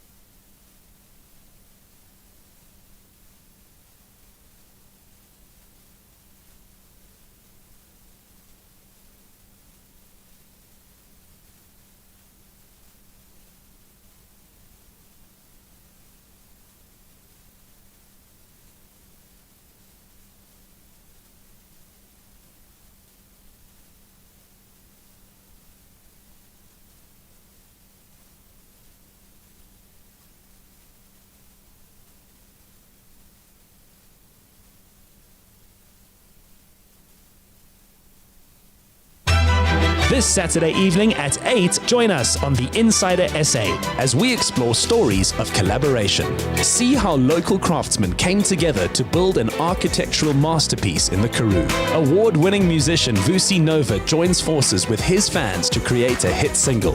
And meet the husband and wife team who have kept South Africans fit and losing weight during lockdown. The Insider SA, Saturday night at 8, only on SABC3. It's my feel-good breakfast show. It is your Feel Good Breakfast Show on this Wednesday. Lots of cooking, lots of working out to do now. It's time to cross back over to Durban. Yeah, man. Dawn Tandeka King has already graciously welcomed us into her beautiful home, introduced her amazing family, and it looks like Kutle is falling in love, I think, with this gorgeous girl. And of course, she's going to start the day in the perfect way now with a yoga session. We welcome you back to the humble home of Sis Dawn Tandeka King. We're currently with her family. They've mentioned that they've picked up meditation during lockdown, right? Yeah, and today we're going to have my cousin Uspindile, who's a yoga instructor. She's going to be doing the class for us today. I can't wait. Spindile, I think we're ready.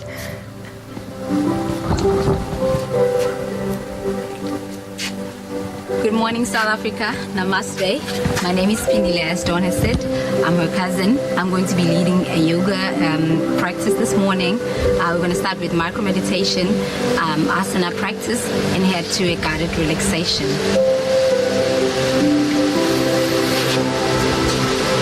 So where do we start? We're going to start by finding a comfortable seat. What that means to you, maybe a cross-legged position, whatever that is for you. Placing the hands on your lap, maybe allow the eyes to close, just observing, checking in with your breath, your inhalations and exhalations, checking if it's your inhalations that are longer than your inhalations.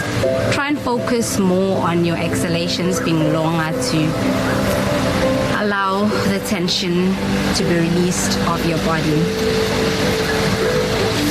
Start by cultivating mindfulness of your surrounding.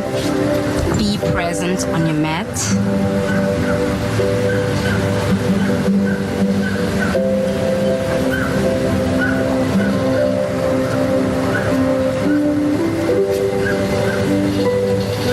Just allow the mind to drop down in the heart.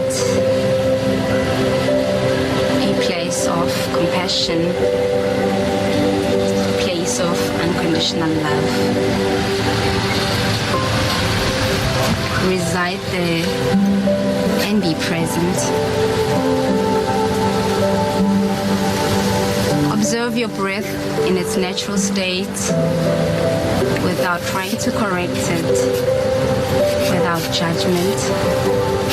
Just be an observer.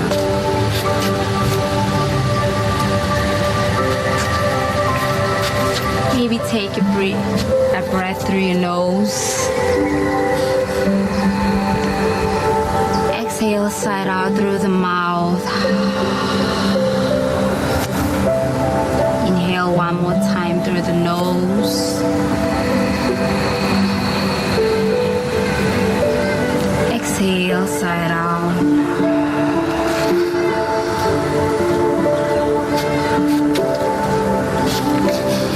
To let go of the errands you have to run for the day, whatever that is that you have to do after the practice, and be present. Absorb every benefit of this practice, allowing the air to kiss your face, allowing the sun, listen to nature, and be present.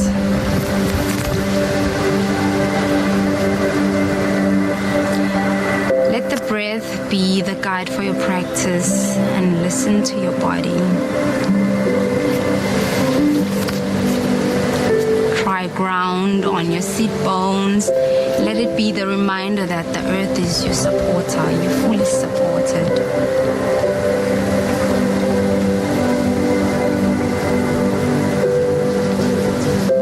standing up tall and reaching towards the crown of your head. Shoulders are depressed. Chest is out. Be present. Maybe you're going to start drawing two hands, which is your forefinger and your middle finger towards the pit of your throat. Focusing and meditating. I love the fact that Dawn Take King also involves her children. Then we're going to start this, process. It's very cultivating important to hone in and introspect before you start your day. We continue our conversation with Dawn Take King, so make sure to keep it locked right here on your Feel Good Breakfast Show. Let's do it, man. I'll do it with you.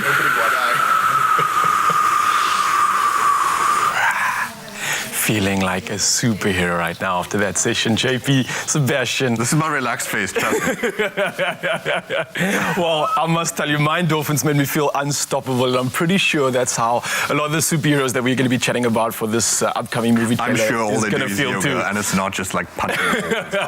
So talk to me about this. This is. I'm excited. Like I feel like a kid, and I'm sure all the kids at home that aren't at school, that haven't gone back to school yet, I hope you are there.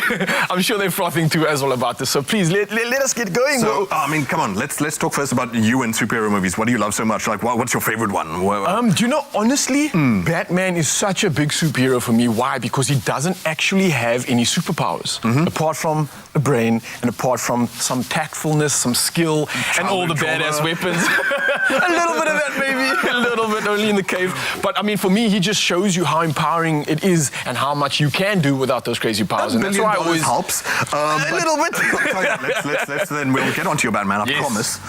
So long as I can talk fast enough, and we'll talk about Wonder Woman 84 first. Yes. Gal Gadot returns. Also Patty Jenkins, the director who did the first one, and who also did Oscar-winning Monster with Charlize Theron. Okay, yes. People might remember. So anyway, they should if they're from this country. And so this is from the DC Fandom Convention, which was a virtual sort of comic convention type thing, where they previewed all of these things.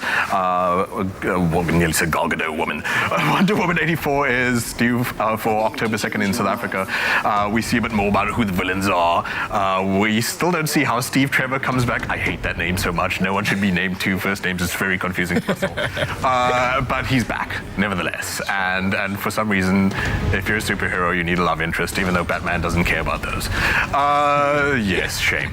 Kristen Wiig, we love dearly, obviously, from Saturday Night Live, but it's almost, you'd be surprised, like employing a comedian to do. I was going to ask you, does that not like break that? No, I mean like intensity and the action of it. You know, we had Danny DeVito playing Penguin. We had Jim Carrey doing the Riddler, which was sure over the top.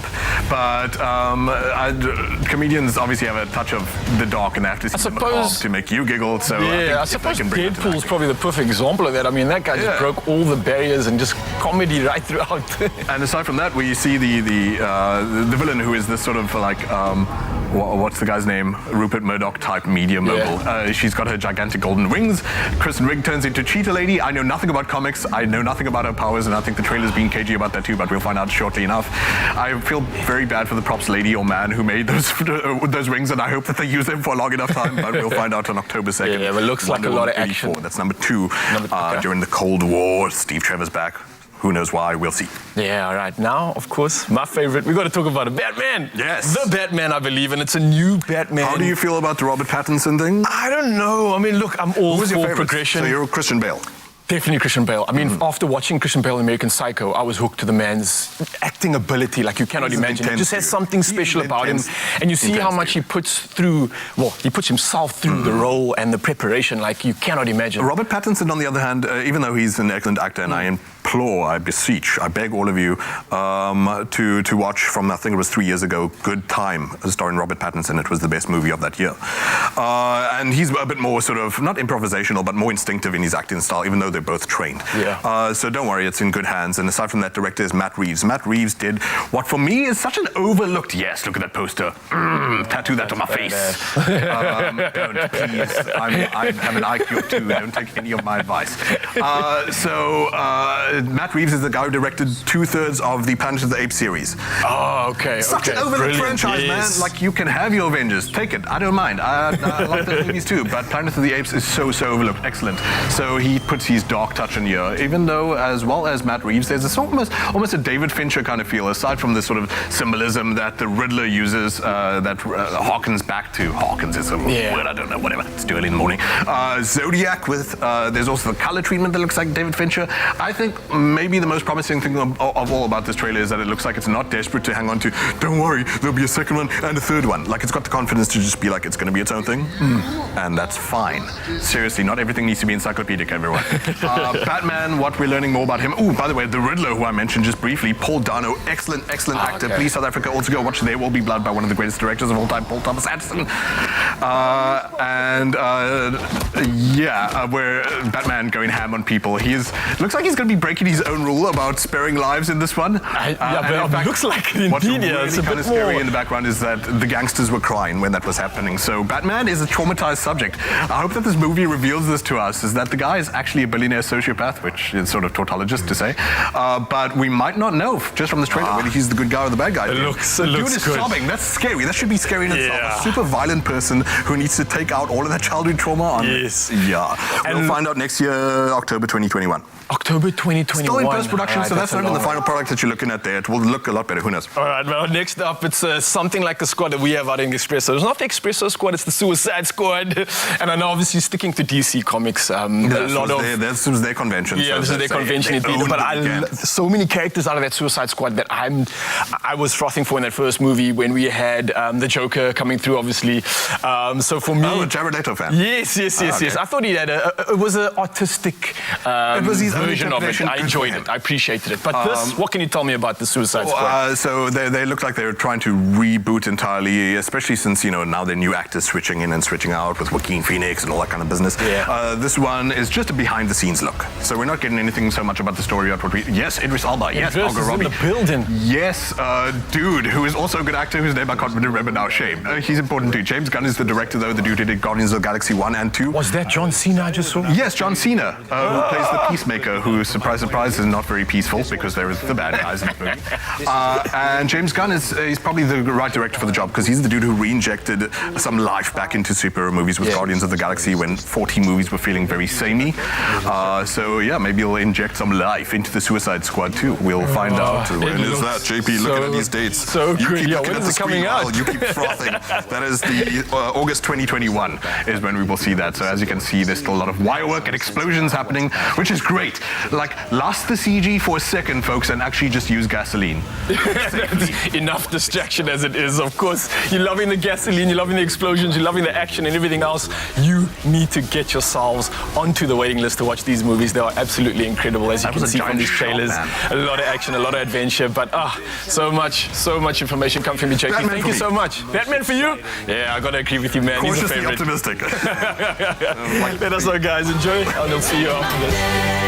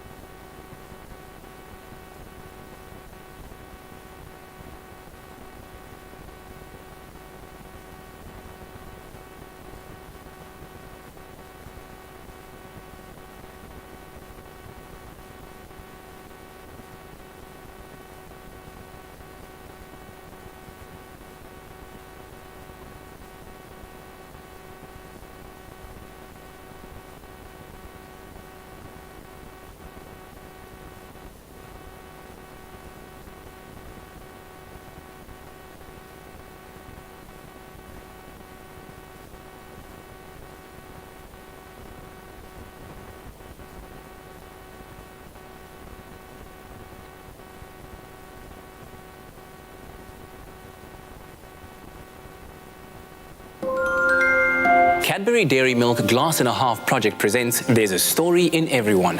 Visit cadbury.co.za/storytime for more information on how to share your inspirational story.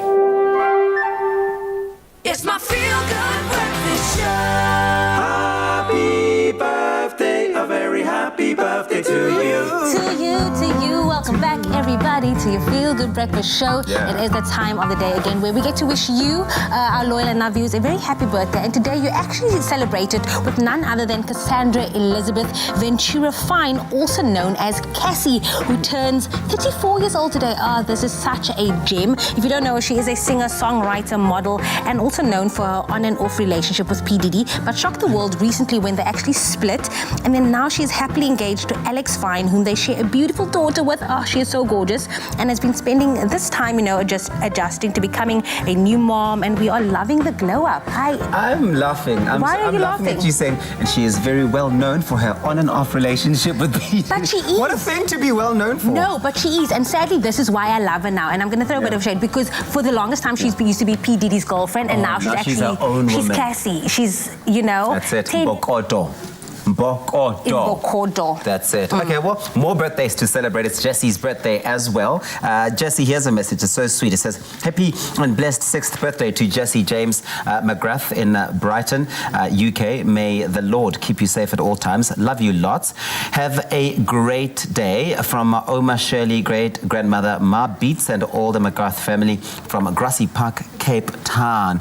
And of course, there is such a nice, cute video, as you can see on the... Oh, so cute. It looks like he's running away. Gone. And he's gone. He is... There we go. Run! So cute. Little surfer man. So adorable. It's Caden's birthday as well. Happy 8th birthday to you, Caden. It says here that may you have a wonderful, fun-filled day. May God's richest blessings fall upon you with love from your mummy, your brother, and your sister. Absolutely. It's also Al Sergio's birthday. Happy birthday to Al Sergio. May you have a lovely day. And this is from your mom, Almari, Uncle Leon, and the rest of the family. We love you loads. And also happy big birthday to my big sister, Rifilwe Kanyapa. Thank you for helping me with my studies right throughout the pandemic. May God bless you abundantly. And this is from a Kana Nelo on your special day today. Evangeline, what a beautiful name. Evangeline, happy birthday, Evangeline Hartzenberg.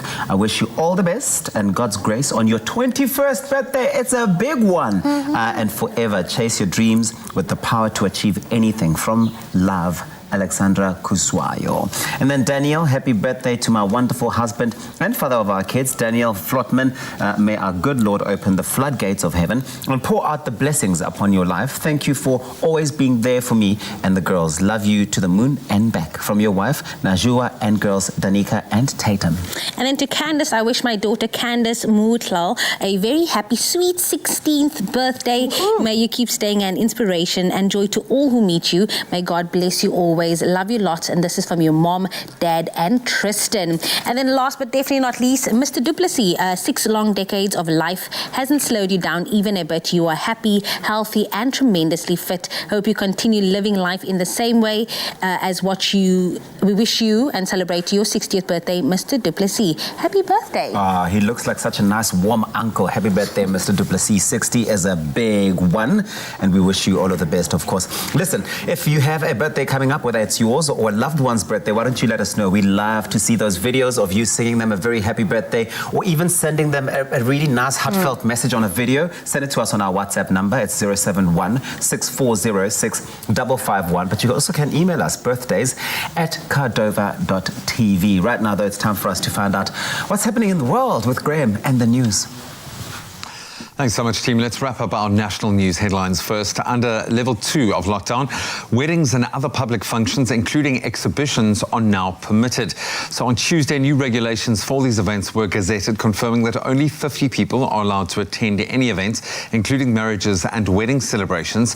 And for the time being, the beaming bride smile won't be there for all to admire. All attendees, including the couple who tie the knots, have to wear masks at all times unless they are eating or drinking.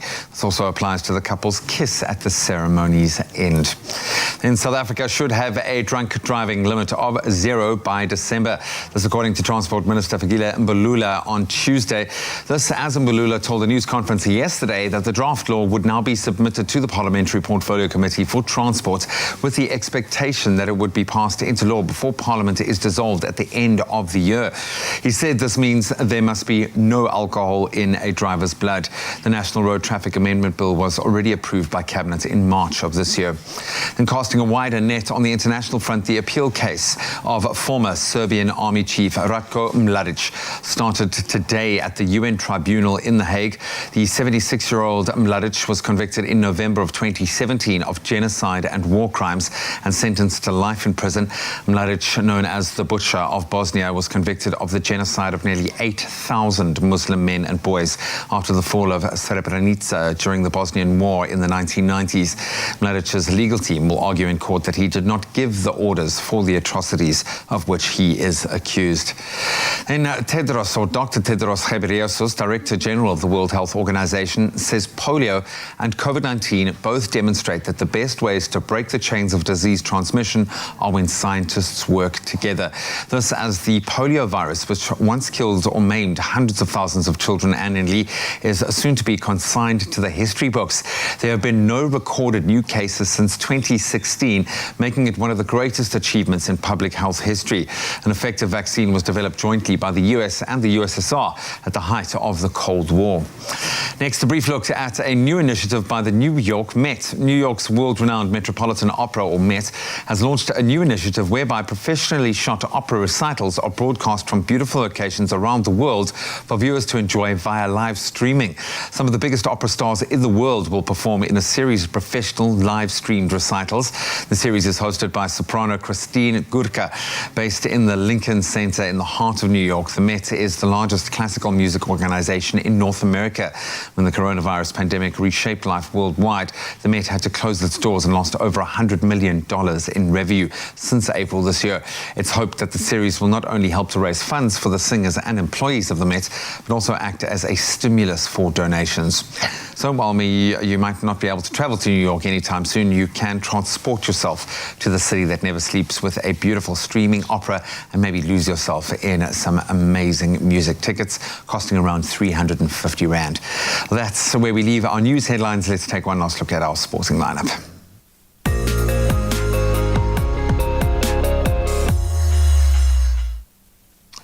Well, we start with possibly not the best news for the Southern Kings rugby franchise, who have now voluntarily withdrawn their team from participation in any planned local rugby competition for the remainder of the year.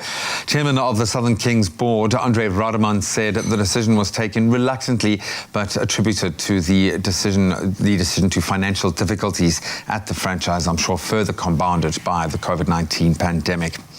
And on to football, a 90th minute goal by Zambian winger Kampani Lungu, sealing a 1-0 victory for SuperSport United over Black Leopards at the FNB Stadium last night.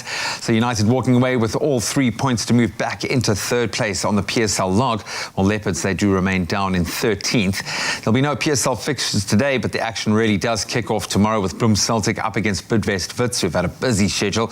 That one at 3:30, and then a very exciting top of the table clash between Kaizer Chiefs and then Mamelodi Sundowns, just 3 points behind them. That one at 6 p.m. Now on to probably the biggest story in football at the moment. In the wake of their loss in the UEFA Champions League, star forward Lionel Messi has asked to leave Spanish giants Barcelona with immediate effect. The 33-year-old Argentine international made his debut for Barca back in 2004, having come through their youth ranks, and has since helped the club win an incredible 10 Spanish league titles and 4 Champions League trophies. He's also a 6-time Ballon d'Or winner and considered by many to be one of the best footballers of all time. Some reports suggest Messi has expressed his desire to leave the club and would like to execute a clause in his contract which allows him to leave for free with immediate effect. Where he will go will be the biggest question in sport, I think, for the remainder of the year. Then on to cricket. England and Pakistan had to settle for another draw in the third and final test match at the Ageas Bowl in Southampton. That was after bad light and heavy rain again prevented play for most of the day. England do still record their first series victory, though, over Pakistan in 10 years. And of course, all eyes were on England's fast bowler James Anderson, who reached an unbelievable milestone, 600 test wickets on the day, becoming only the 4th bowler in history to achieve that.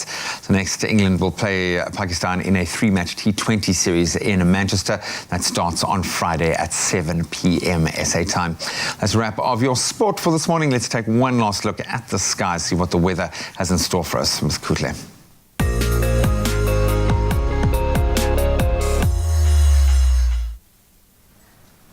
I cannot explain to you how relaxed I feel after that meditation with Dawn Tandeka King's family. Absolutely incredible experience. But right now, let's get into the final look at the weather report. We've asked you to send in your sunrise pictures, so here's a recap. They sent us the sunrise picture in Pretoria, where you can expect a sunny 9 to a maximum of 29 degrees. Busisiwe Mosehle posted this gorgeous pink sky behind a silhouette of trees from Mpumalanga. You can expect a pleasant day with a 9-degree start to the day, reaching a warm 29 degrees. Thank you to our regular photographer, Alan Rudnicki, for your gorgeous picture of Durbanville Hills. For those who are in Cape Town, you can expect a minimum of 11, reaching a cool 18 degrees.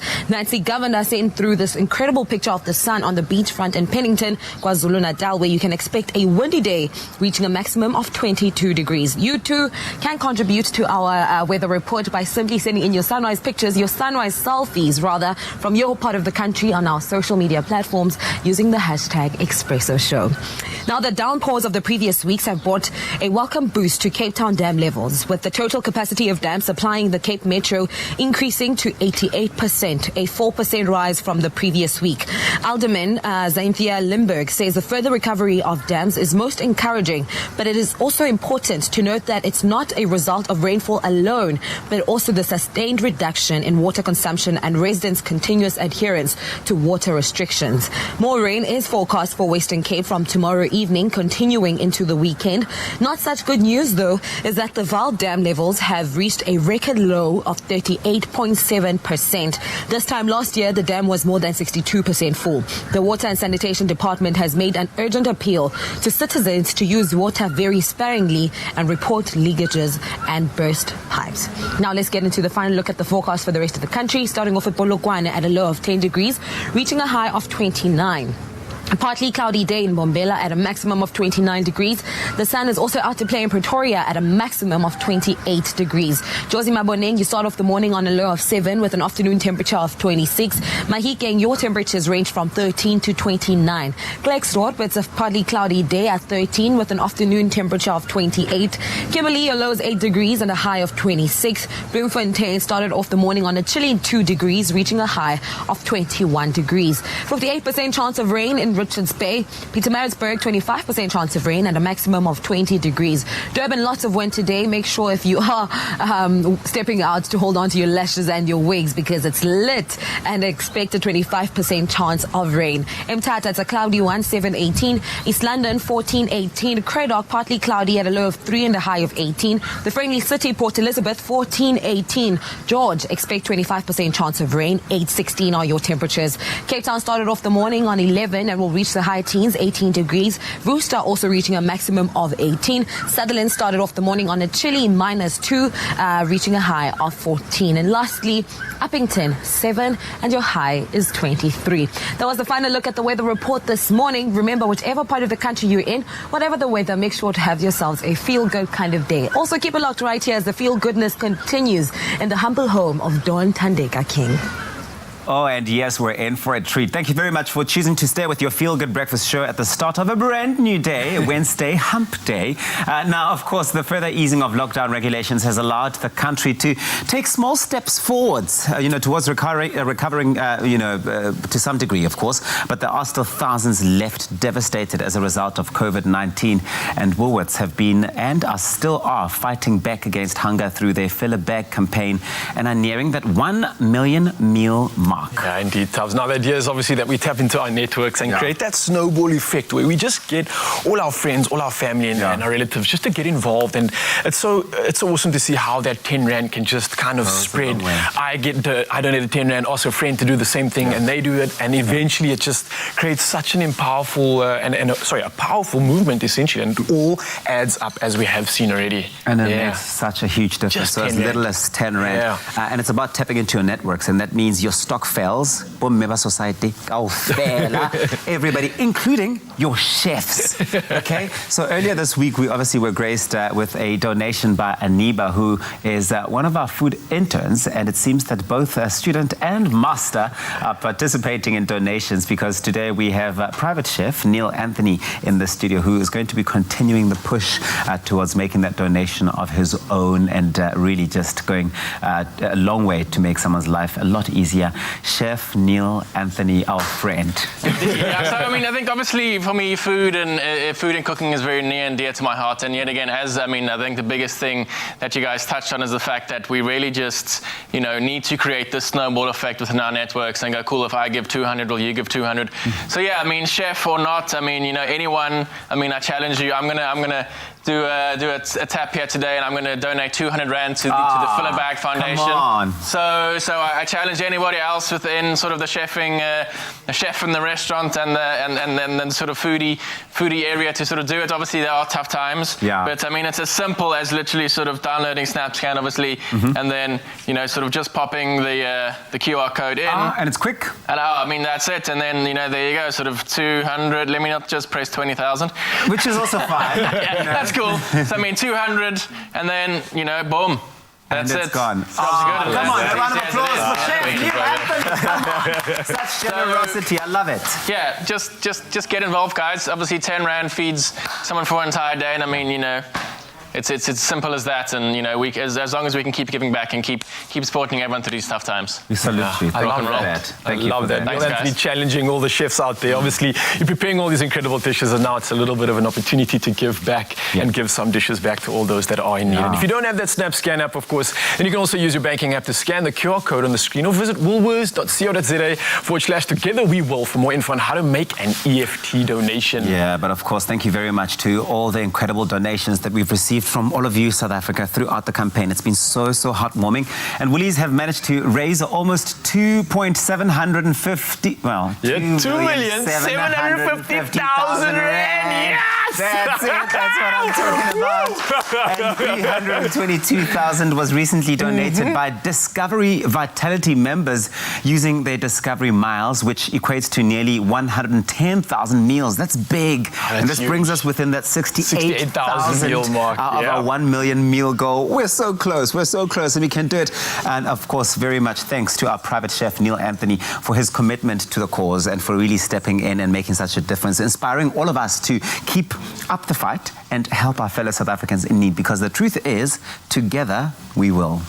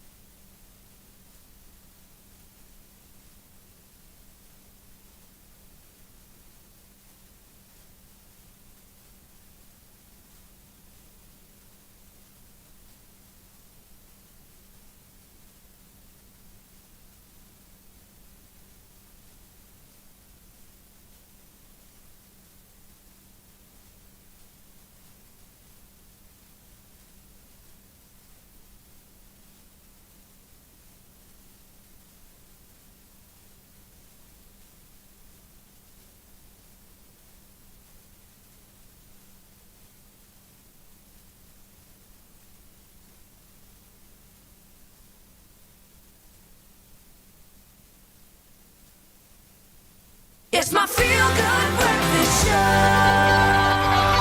Call us on your cell phone. Culinary Hotline Bling. That can only Feel mean it in one your thing. bones. Welcome back to another installment of the Culinary Hotline Bling. Ting, ting, ting. Music to my ears. We've got Chef Clem standing by to answer any of your culinary conundrums. And if you have a question, call us right now on this number, 021 110 552. We want to take your calls. And we've got a call right now. Hello, hello, hello. I think we've got Joanne on the line. Very good morning. How are you doing, Joanne? Hi, yes, good morning. I'm fine. How are you guys? We are so excited to have you connect with us. We love the Culinary Hotline Bling. We love the fact that you are there with, I'm hoping, a burning question that's really going to test Chef Clem because he knows everything, okay? So we want you to push him. So what have you been struggling with? What is your culinary conundrum, Joanne? Dumplings. I have a real problem making dumplings. I've got about 3 different recipes, and let me tell you something, they all just sink to the bottom of the pot and they never cook. Look, I'm glad you're keeping a sense of humor about it, but it can be very frustrating. So I'm going to hand over to Chef Clem now, who I'm going to put you on speakerphone, and I'm going to hand over to Chef Clem. What's gone wrong? What's the dud in the dumplings of Joanne? So, dumplings, they're quite easy to make. They really, really are. But you get the odd dad dumpling that will sink, which is strange. But what I really like about this dumpling is we've had this hero recipe that we've been featuring for the past few weeks. It's our 2-ingredient dough, which is the yogurt and the self-raising flour. Yogurt, self-raising flour, okay. And the magic about that recipe is that the baking powder or the self-raising, the raising element inside the flour reacts with the yogurt. So when you shape it, and when you put it into your stew or whatever you're cooking your dumplings in, whether it be a soup, they'll automatically rise and just start puffing up. It's so simple. And once you get that ratio right of the yogurt to your self-raising flour, you can then make the recipe your own. Add some cheese to it, add some herbs to it, add some spice to it. The recipe does not fail. The 2-ingredient dough is the way. It's a recipe where you can add half a cup of cooked mashed potato. The potato dumplings are also really great, but what you must remember is potato dumplings are very dense. So you need to get your ratio of potato to flour correct. We'll try and find a perfect ratio for you, and we'll get you details and get you the recipe. But the potato dumplings, they are heavier than normal flour, and that might be why they're sinking. A good idea with potato dumplings is to use ricotta cheese. Ricotta cheese adds richness to it, but also lightens your potato dumpling. Do you like ricotta cheese? Okay. Nice, I like the sound of that. Joanne, so there you've got 2 surefire ways. The 2-ingredient dumplings, the yogurt with the self-raising flour might be the answer you've been looking for. Good luck. Please send us a picture of your beautiful scrumptious dumplings as they rise to the occasion. Hey. Thank you so much. It's absolutely great to be participating on the show. Thank you, Joanne. We love you, Joanne. We absolutely love you. Sorry, Clem's taken. He's engaged. I'm engaged. So he's taken. Stop flirting, please. Okay, so let's get busy with your questions on Facebook. Jack from Facebook would like to know this. How do I make meatballs not break down or crumble? They're falling apart. And Gift and Poor Mumpa also was struggling with the meatballs. He was asking, how do I make meatballs? Just generally, how do I make... This is something I'd like to know. How do you make meatballs? Meatballs are absolutely great. You can use chicken mince, pork mince, lamb mince, beef mince. A mixture of minces. A mixture of minces, absolutely. You could even use seafood and make a seafood meatball, a little prawn meatball. Hey, I love prawn and pork meatballs. Hey. So the most important thing is if your meatballs are falling apart, people often think that they need to add a binding agent to bind them. You don't need to. You don't need to. So all you have to do is really work on shaping a meatball really well. So essentially all you need is some good, I always start with a quality product. That's the thing. There could be other funky bits going on in your mince, like soy. We don't want that in our mince. We want 100% pure clean, beautiful meat. That's what we want. So the good thing about when you're working with any type of meat. Fatty, non-fatty? Hey, I like a good ratio of fat in my meatballs. Because that's going to render, that's the flavor. And when it comes to meat, fat is flavor. And people are scared when it comes to fatty meats, right? Especially with mince. But the thing is, I like the word that you use, rendered. When you're actually searing your meat, you're rendering that fat out, and the fat actually flavors your burger patty, your meatball, your fricadelles, which is good. So we want a bit of fat in there. If you are going to go with a very lean mince and you want to add some extra texture to it or extra flavor to it, you could substitute and add some extra fat back. So if you got this beef and Gee whiz. Gee whiz. So you got some beef mince, you wanted to add some fat back to it, a bit of bacon. How's that? There we go. So the good thing about using a good quality mince, and I'm saying honestly, that's where you begin with your product. If you use, and I buy I buy the Woolies mince, you don't need any binding agent. The mince it's got everything it needs to hold its shape perfectly fine. But what I love about meatballs is you can make it your own. I mean, we know the Swedish are like the king of the meatballs, right? Really? Are they? Yeah, Swedish meatballs? Swedish meatballs, is it? Okay. Yeah, okay, we'll find someone Swedish next week and call it a hotline and just get the confirmation on that one. But what I love, every single culture has a meatball of their own. And like we said, we have the frikadel. Yeah. That's our official South African meatball. That's our version. I love it. Frikadel on a roll. Frikadel. Boom. I'm smelling curried meatballs over here. So what I'm going to say now is to all our viewers that are asking about questions about the meatballs, I'm going to give you a surefire way to get your meatballs not to break up, but to actually turn a normal meatball into one amazing dish with a bit of South African flavor. We're going to make a curried meatball. Does it sound good? Okay, we're starting off. Yeah, starts off with, again, best quality mince. So go to Woolies, get your mince. This is beef mince, but like again, you can chicken, lamb, whatever you want, make it your own. It starts off with salt, because if you think about a steak, right, we always talk about the fact that you should always season your steak. Season. An unseasoned steak is a mistake. Yeah. Yeah? And if you think about beef mince, all it is those like beautiful cuts of beef that have been processed and they ended up just being ground up. It's a beautiful cut of meat, so treat it as such. Okay. It still needs that love, which comes from the salt. So nice amount of salt going in there. And I'm using flake salt, but at home I'd use a normal table salt. Okay. Yeah, absolutely. That's going in there. Some pepper. Not fussy, you were just being fancy for the show. Okay. What's that? Yeah, absolutely. But I mean, normal salt is perfectly fine. Coriander is great, and that's also something you find in frikadels as well. Okay, so kind of like the inspiration of a frikadel, but I'm just making the beautiful sauce. Chop it finely, because I think that's often where, if you've got big pieces of herbs and things in there, that might be what causes the breakup. Especially coriander, you want that really fine, don't you? Rather, the safest way is just leave the coriander out. So, I mean, our viewers at home should know that you're not a big coriander fan, but no, hopefully... look, I mean, the world is divided into two halves, those that like coriander and those that don't. Okay. So, in other words, the good people and then the others. And the dubious and kind. The dubious coriander haters.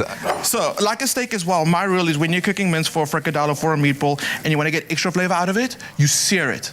And the way you're going to sear it with nice hot pan, and you get that crust on the outside. Seal that flavor. Okay. So I just took my pan off the heat because it's quite hot right now. I'm going to go in with a little bit of ginger. All right. A little bit of garlic. Okay. And a little bit of green chili. And we love these little packs of like the pre-chopped garlic, ginger, chili. Everything you need. Everything in completely. there. So we're going to shape it up. Now, I'm keeping the turmeric to the side because I'm going to use the turmeric to make a little curry sauce. Okay, and because you don't want yellow hands. Yeah. Here's another thing. You should always work with your mince when it's cold.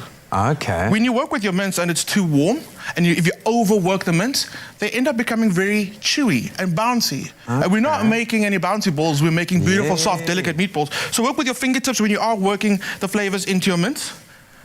Get that back onto the heat. Turn that down a bit. And we're going to shape little meatballs. You want small ones, you want big ones? What do you want, Graham? Big ones, man. Oh, my goodness. Big ones. Okay, Come on. Okay. Silly. There we go. So look, this is about a golf ball. Yeah? Okay, so the golf ball's going in there, and we're going to let it just sear off now. And you want to hear that. You want to make sure that you get that good sizzle. It's hot when it hits, so it can create that crust, that seal. If your pan's not hot enough, what'll happen is it's going to kind of stew, and the moisture's going to come out of your meatball. And we don't want that, because that's going to stop your meatball from browning. And again, we said the browning on the outside of the meatball is all the flavor. It's a reaction between the sugars in the protein and the heat, and that just makes things so delicious. The Maillard reaction. The Maillard reaction? Is that a real That's thing? about the caramelization. Was that a real? Hey, Professor Pedro in the house today. The prof. Okay, so once we've done that, you've got your sear on it, then we move on to a la curry. Right. So what we're going to do is we're going to build a curry sauce. And normally you do spaghetti and meatballs, and you brown up your meatballs, you make a beautiful tomato sauce. We will keep it a little local, so we're going to do like a nice little curry sauce to go with it. And all I'm doing for that is, let me first get my hands washed here real quick. Let's check on a little bit of that sear. Don't, like a steak as well, once the meatball hits the pan, don't fiddle with it. Just let it take the time really to form that crust. But I think we've got a crust on there now. Perfect. A bit of that crust is exactly what you want. So I'm going to kind of fast forward there, just keep on doing this thing, but we're going to start building up on that sauce. A little bit of the onion going in, and this is the curry sauce we're going to build. At the minute, it's already smelling amazing. There's all the ingredients that's already in there. When you add your onions in there, you want to kind of cook your onions down, let them brown, and when they brown slowly, they become very sweet. You often find people add sugar to their curry, but if you cook your onions correctly, that's going to be the sweetness in your onions curry. have massive amounts of sugar in there, so quickly fly through the remainder of the ingredients that are going I'm into going to that add my pan. remaining aromatics to the pan. I'm going to add a little bit of Now you water, put the curry turmeric in. leaves, and then the water goes in there. That's going to be my curry sauce. I'm going to hit it with a little bit of yogurt at the end. And what we're going to end up with are these beautiful meatballs in the curry sauce served over steamed rice. That is, I mean, I love mince, super budget friendly, but that's a great way to get dinner on the table in half an hour. Something slightly different and bucket loads of flavor. Jack and Gift, I hope that answers your question. This is how you create the perfect meatball, whether you're Swedish, whether you're looking for an Indian inspiration, or the South African frikadelle. We absolutely love it. Give us a call if you've got any questions. 021 110 552. The culinary conundrum is open. We are here to take your questions in the culinary hotline. Bling! Ting, ting, ting! Only you can make my day.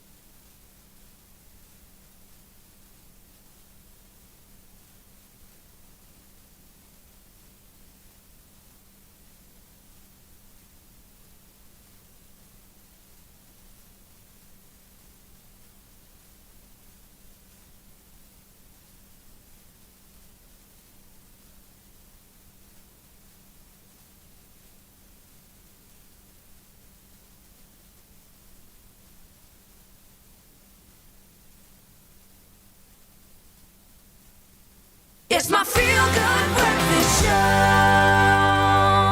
Are you still locked in? It's your Feel Good Breakfast Show. It's the middle of the week and we are still live feeding you all the magic. Oh, absolutely. We've gone to a yoga session. We were catching up with Untitled King. But right now we're crossing back over to Durban with Kusle, where she's standing ready to make us one of her infamous soft porridge recipes. Let's take a look at it. Jamie and Raul, you are just in time to see how the king starts off her morning in terms of what she has for breakfast before she goes on set or to interviews. Godwa, what fascinates me, Ogwangogo, is all of this. Please tell me about this section of your house. This is, I say, the center that holds the family together. Because it's a shrine. I've got I'm in my Kosini where, well, you guys obviously can't see that part where my special spiritual sanctuary, but this is the shrine, the area that holds the family together, the happiness, the love, the peace, and everything that's good is held here. So yeah. An interesting fact about Udontadeka King is that she's truly spiritual, and you know her whole family is about wholesomeness and large. But you know what Ipapa reminds me of? It reminds me of at home, back home. Yeah. Mama, I'll take a good one. Oh, but with blueberries and strawberries? Well, that's just to, I don't know, to make people, entice people to finish the porridge because like their mother. I had this for so long that I started hating it. I know it's good, but I don't necessarily like it. Were you one of those children who would keep it in the mouth? You are talking to your sister right now, who's currently in Johannesburg. Yeah. Jadine, what's happening, Jadine? Hi, how are you? We're all good, man. Jadine, she was like, I have FOMO, I need to be a part of the show. Yes, Mom. What are you currently doing? It wasn't fair. Yeah, so I had to find a way to insert myself there. So are you on your way to work? Yes, ma'am. Okay. Bushe wants to ask you something about the Grey Couch Conversations. Yes, please. Her YouTube channel on YouTube. Yes. Tell me more about that. I mean, it was a side hobby for a long time because I started it in grade 9, I think. And then a lot of the videos that we focused on last year was a Great Couch Conversation, and that had a lot of engagement in terms of just people, parents and kids together. So it's a concept that will probably grow further than just the YouTube. But it currently just lives there. And then the rest of the channel is not really based on anything specific. Okay. I love it so much. You're doing incredible things at only 19 years of age. Yaya's Mamako is so proud of you, right? Yes, I do. What time is it? What time is it actually? Because I believe Jada needs to go for his classes. No, it's actually Jadeja that needs to go to his class. Jadeja, how's school going so far? Great. Great, that's great. That's 1 minute. Hi, girl. Yeah, just great. Not too excited about it at all. Are you guys writing exams? But they're writing exams. They're writing. How's that going? And it's weird. The new normal says you learn at home and then you go from 2 to 5 to write exams at school. Oh, you write at school? Yeah, exams then. That is also very interesting. You hated them? Yes. Why? I hate school. I'm pretty sure we can all relate to those sentiments. I remember growing up, now I'm going to, oh my goodness, do I really have to go? But at least you get to spend a little bit more time with your family now, ne? Which is awesome. Oh, I have FOMO for you, Papa. Do you have a little bit more for me? I think we do. We do, okay, ne? I'll get you some. Listen, man, we will continue the conversation with Usi's Dawn Thandeka King here at her beautiful and lovely home. We're going to touch on, Ikolling Yake and the spirituality and the wholesomeness of her entire journey. Make sure to keep it locked here on your Feel Good Breakfast show. Thank you very much, Kuhle. Thank you very much, Dawn Thandeka King, for opening your doors and welcoming us to your home. Of course, those the best behaved children. I know that in most families, in most households by now, the kids are having breakfast, but yeah, it's a lot noisier than that. But if you are working from home and yes, want to find a peaceful, more quiet, serene space for yourself, we know that working from home can be challenging, especially if you live in an apartment with minimal space, or if you live in a space with lots of kids and they're making noise the whole day. But creating a healthy workspace where you can be productive is very, very important. And that's why Homeware Director Ian Martin is here to give us the inside scoop on how to make #WFH, working from home. Yes, it's a thing. Oh, yes. More productive and professional. Ian, good morning. So good to see you. You too. Good morning.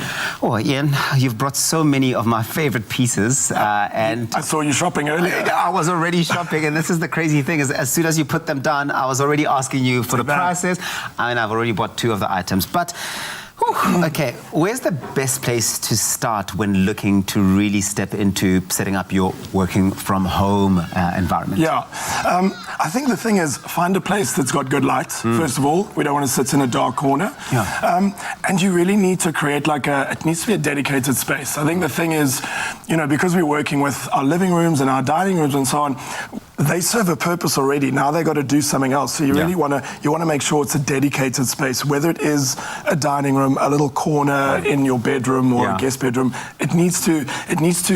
You don't make it temporary. You want to go there every morning. Yeah. And what are some of the items that we can add into this dedicated space once you've identified it that really do step it up a notch and really make it conducive and working from home friendly, so to say?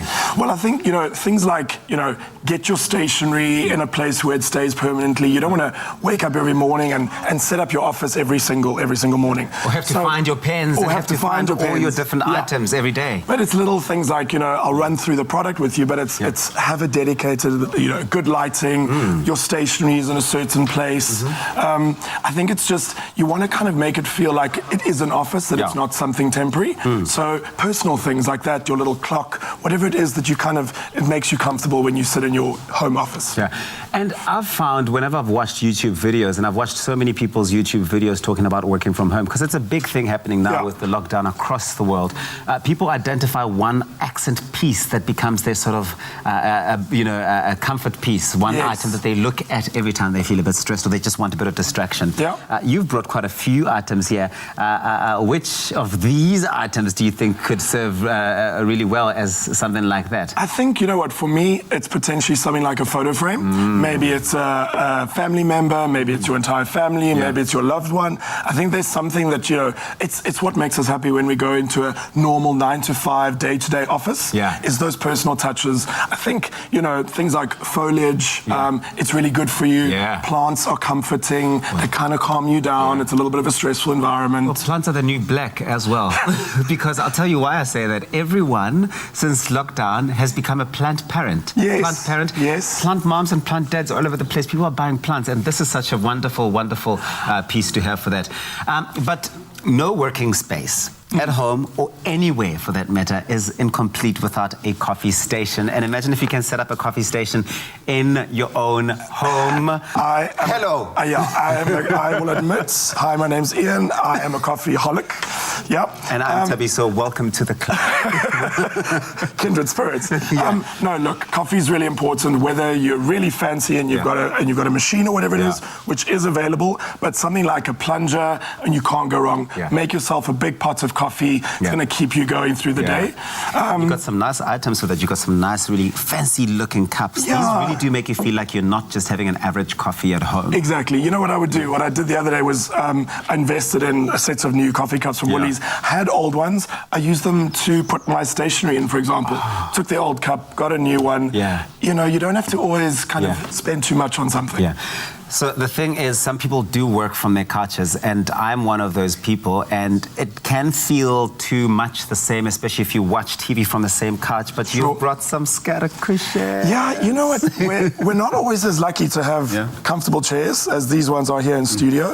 So honestly, I would throw in a scatter cushion. If you've got a really hard chair, it's just going to make it more comfortable. I think the biggest thing with these dedicated sort of work from home spaces is comfort. You want to stay there. You don't want to be uncomfortable. Then you're going to move to the couch because the chair is really hard.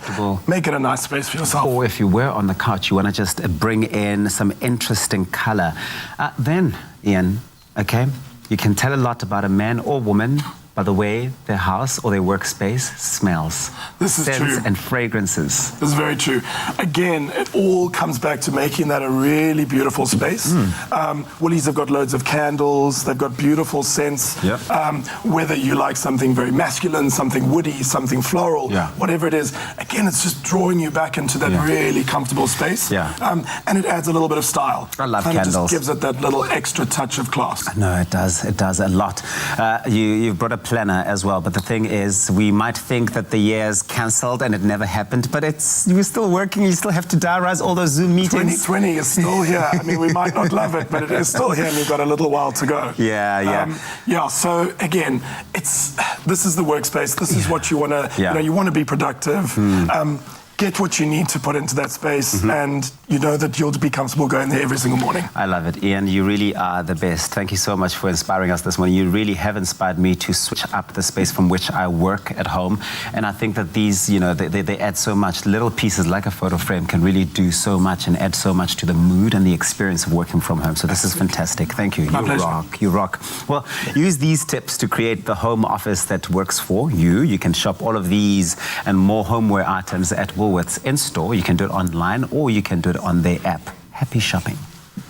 I love the...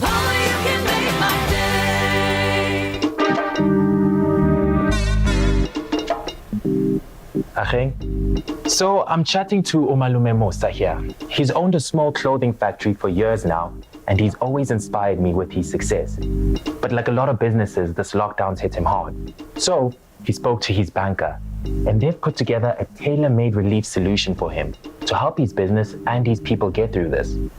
Making your bank your business partner, that's a habit worth keeping.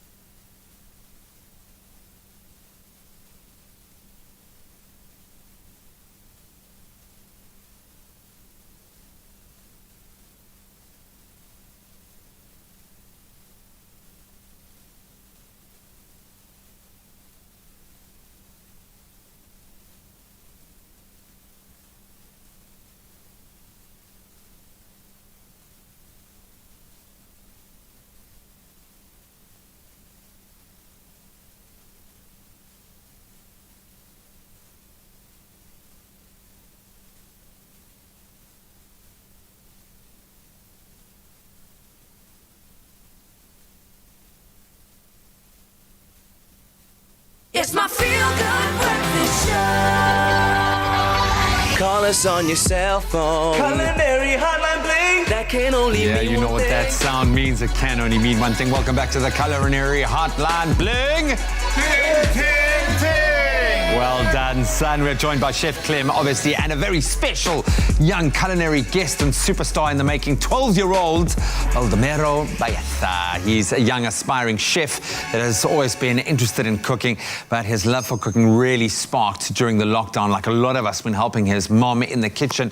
And he even started a YouTube channel, which we'll give the details to. Baldo! Hello. Baldo for president. Welcome to it, my friend. Chef Clem's a bit intimidated. Yes, because you got the chef hat. You got the hat. That means you mean business. You mean business. Baldo, how are you doing, bro? Good, and you? I'm very good, man. Thank you so much for joining us today. So you learned from your mom. Is your mom your inspiration? Yes. What's your mom's name? Elena. Elena. And she nodded, gave me the nod of approval when I pronounced your surname. So that was one thing I got right. So what are you going to be making for us this morning? What is the inspiration here? I will be making my own homemade pesto sauce. Ooh, this is quite an adult taste, pesto. That's quite a complex, kind of thing. What got you onto pesto? The fact that everybody likes it. Everybody loves pesto. It's a surefire, it's a win, it's delicious. Well, buddy, I'm going to let you work your magic. Take us through what's going into your pesto and you can start making it, man. Go for it. So first of all, you need your ingredients. Okay. 40 grams of pecorino cheese, 40 grams of Parmigiano cheese, 80 grams of basil, 40 grams of walnuts, and 80 grams of olive oil, and 5 grams of salt. Perfect, man. But it sounds a lot cooler when you say it with a bit of an accent. I know. Hey? Pecorino. Why don't you have a cool accent like that, man? Come on, can you work You've got on to it? roll your R so hard. I dig it. I mean, yeah. just say your full name and surname again. Baldomero Padovano. Cheers, guys. I'm Wait, out. did you just list the ingredients again, or did you say your name? I couldn't. My name. It's so amazing. Crazy. I will eat any food from anybody that speaks with such a intense. Just go, just do Beautiful, it. man. Okay, so get going. Yeah, what starts? So Okay. first things first, you want your basil. Okay. So you want to take it, and you only want the leaves. You don't want the stems. The stalks. So you've got to try to take it all out. I love basil. It's my favorite herb. Honestly, I mean, for me, having pesto on just basil, mozzarella, tomato with this pesto over the top, magic. And how do you have your pesto at home? I have it either on the pasta, crackers, or just on a toast. All right. I love that, man. And I'm sure your family absolutely loves this. Do they make you make pesto every time every day? every time I make Shame on it, you, Mom. Shame on you. it finishes like so good. within an hour or so. So besides pesto, what else do you make at home? A lot of pasta.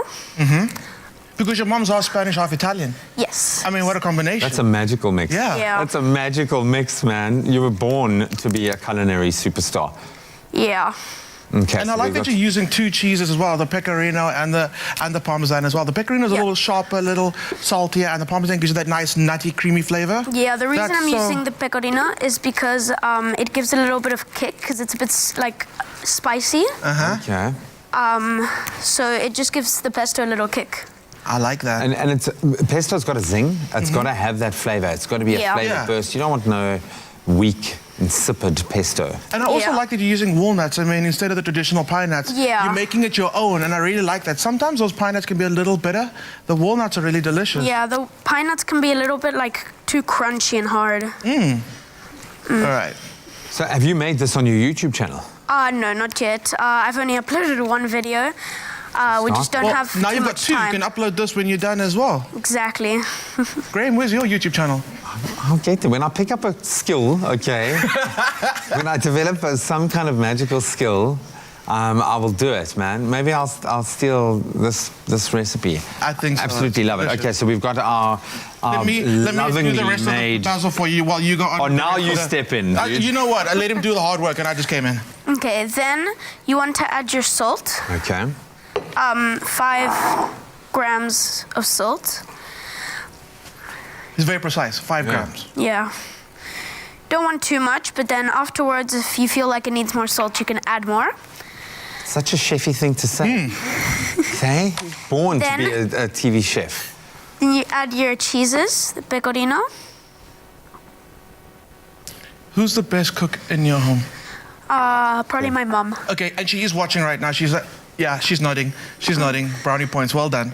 The fact that you took a moment there and you were like, oh, probably my mom. My mom, yeah. Probably. And what's me. what's your favorite dish that she makes? Probably the lasagna. Oh, okay. Yeah, oh man. You want to add your 40 grams of walnuts. And this, because that's key to a good pesto is the nuttiness, eh? Yeah. It's got to have that kind of nutty. And if you don't have walnuts, you could use, besides I love your recipe, at home, if a viewers had cashews, they could use cashews, they'll make it a little more creamy pesto. okay. Some almonds. I just love the nuttiness that you get from walnuts. It's so delicious. Yeah, for sure. Then you want to add half of your olive oil. Okay. Not all of it, because then while we're making it, we're going to pour in some more.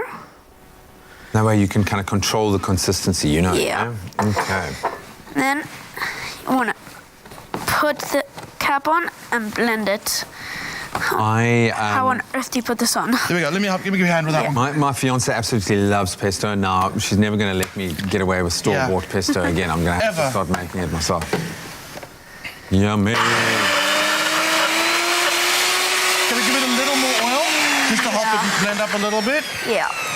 But pesto's so great. I mean, like you said, we all love pesto, and we normally buy it from stores, which is really great. But I mean, knowing how to make a pesto, But it's you also absolutely think amazing. it's fresh and it's delicious, and you can also make it en masse. You can make it like absolutely.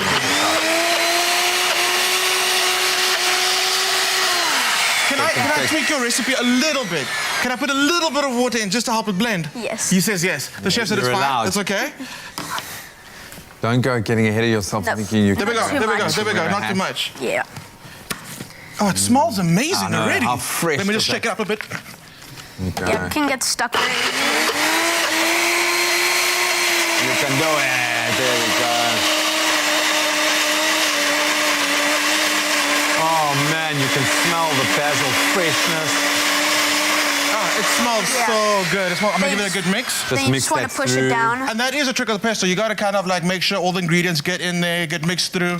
Let me just grab this one as well to bring this. Man, why didn't you bring any crackers with you, man? You didn't bring any crackers with, and now we're not going to be able to taste that. Especially taste it off the spoon. It's I good. will, man. Graham, you can hold it angle to that. There you go. It'll taste right now. Especially because, I mean, the change of seasons, you want to eat a lot lighter, more vibrant flavors, and I think a pesto is a great way to do that. Yeah.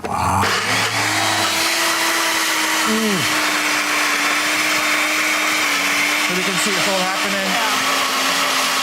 It's so dramatic. Hey! Ole! Well done. That looks so... Hey, that looks... The color is popping. Yeah, it must be a very light green. Beautiful, man. Can I give it a taste? Yes. Hey, buddy. Tell me if the two cheeses don't make it, eh? Okay, can I have all of the Baldo that? special? You can. No, I'm just like, that's so delicious. It's so good. It's so vibrant and delicious. I would have that on absolutely anything. Well done. What do you think, Graham? Some beautiful water crackers. I'm going to make a tricolore salad, and I'm going to put this on it. He's just trying to show off now by like saying things that sound It just exotic. sounds silly, man. It sounds silly when I say it. Baldo, you're an absolute Well done. elbow, man. Can we give the young chef a hand? Absolutely beautiful, man. Absolutely beautiful. Really, really amazing to meet a young guy that is so inspired, that is, I think, helping other young guys and girls out there feel inspired about being in the kitchen. Thanks to Mom and the rest of the beautiful family for help fostering this.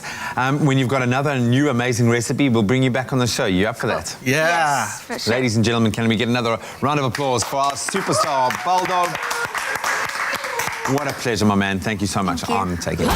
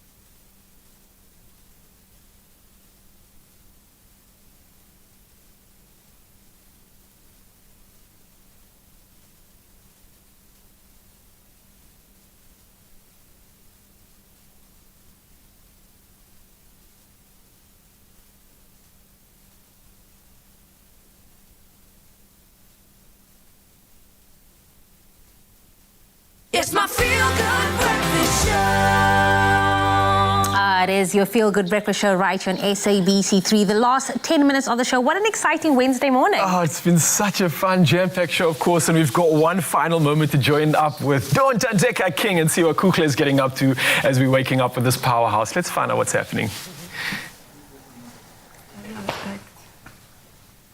Now we're back with the beautiful family, Gadon Tandeka King. It has been such an incredible morning. And we are on the infamous grey couch that Ujay Dean spoke about earlier on her YouTube channel. So we're going to have that conversation that I wanted to touch on a little bit, Sis Tandeka, if you don't mind. You received your calling and you decided to fully pursue it. Can you please take us through that journey? 2009, I was still in corporate. Beautiful day at the office. Suddenly, I'm like, something is happening weird. And then I discovered that was the calling. And I needed to learn about something that I had no clue about. I was received into a home, Yagwa, Ubabu Pet. Okay, ngizomkhohlwa ke ukuthi ubani baba wami kodwa ke kulungile, but I ngaqala ukuthwasa eThembisa in Joburg, and then that was the beginning of the journey that I think makes sense to me right now. And you spoke about wholesomeness and how you've enabled your children to also explore different parts of their spirituality. Can you also take us through the importance of that? When you are called Mautwasa, you are taught the African way of healing, everything that has to do with healing. Twasa ubunyanga, istunywa sako, and that is istunywa is the praying part of the calling. But then I realized as manka twasa, everything else started making sense. Guti, there are different ways to communicate to God. And I started learning about the different ways. That's why we do yoga. That's why we meditate. And that is why I allow my children to also just do their own research about spirituality. Siyakulega, because our foundation is Christianity. Our foundation is the Lutheran Church in this house, and we sepahla and we do ancestral ceremonies. So I try to incorporate everything that has to do with spirituality, because spirituality is universal. It's not just one way, you know. And I respect that so much. You also have your conversations with Don Tandeka King that you run on Instagram. What conversations do you have, and how do you choose the people to talk to? Okay, so what I've done now, because at the beginning of it all, I started this at the beginning of the lockdown. So what I've done now, I've actually streamlined it to Fridays. I call it Mixed Masala Fridays, because I speak to anyone and everyone in the entertainment space.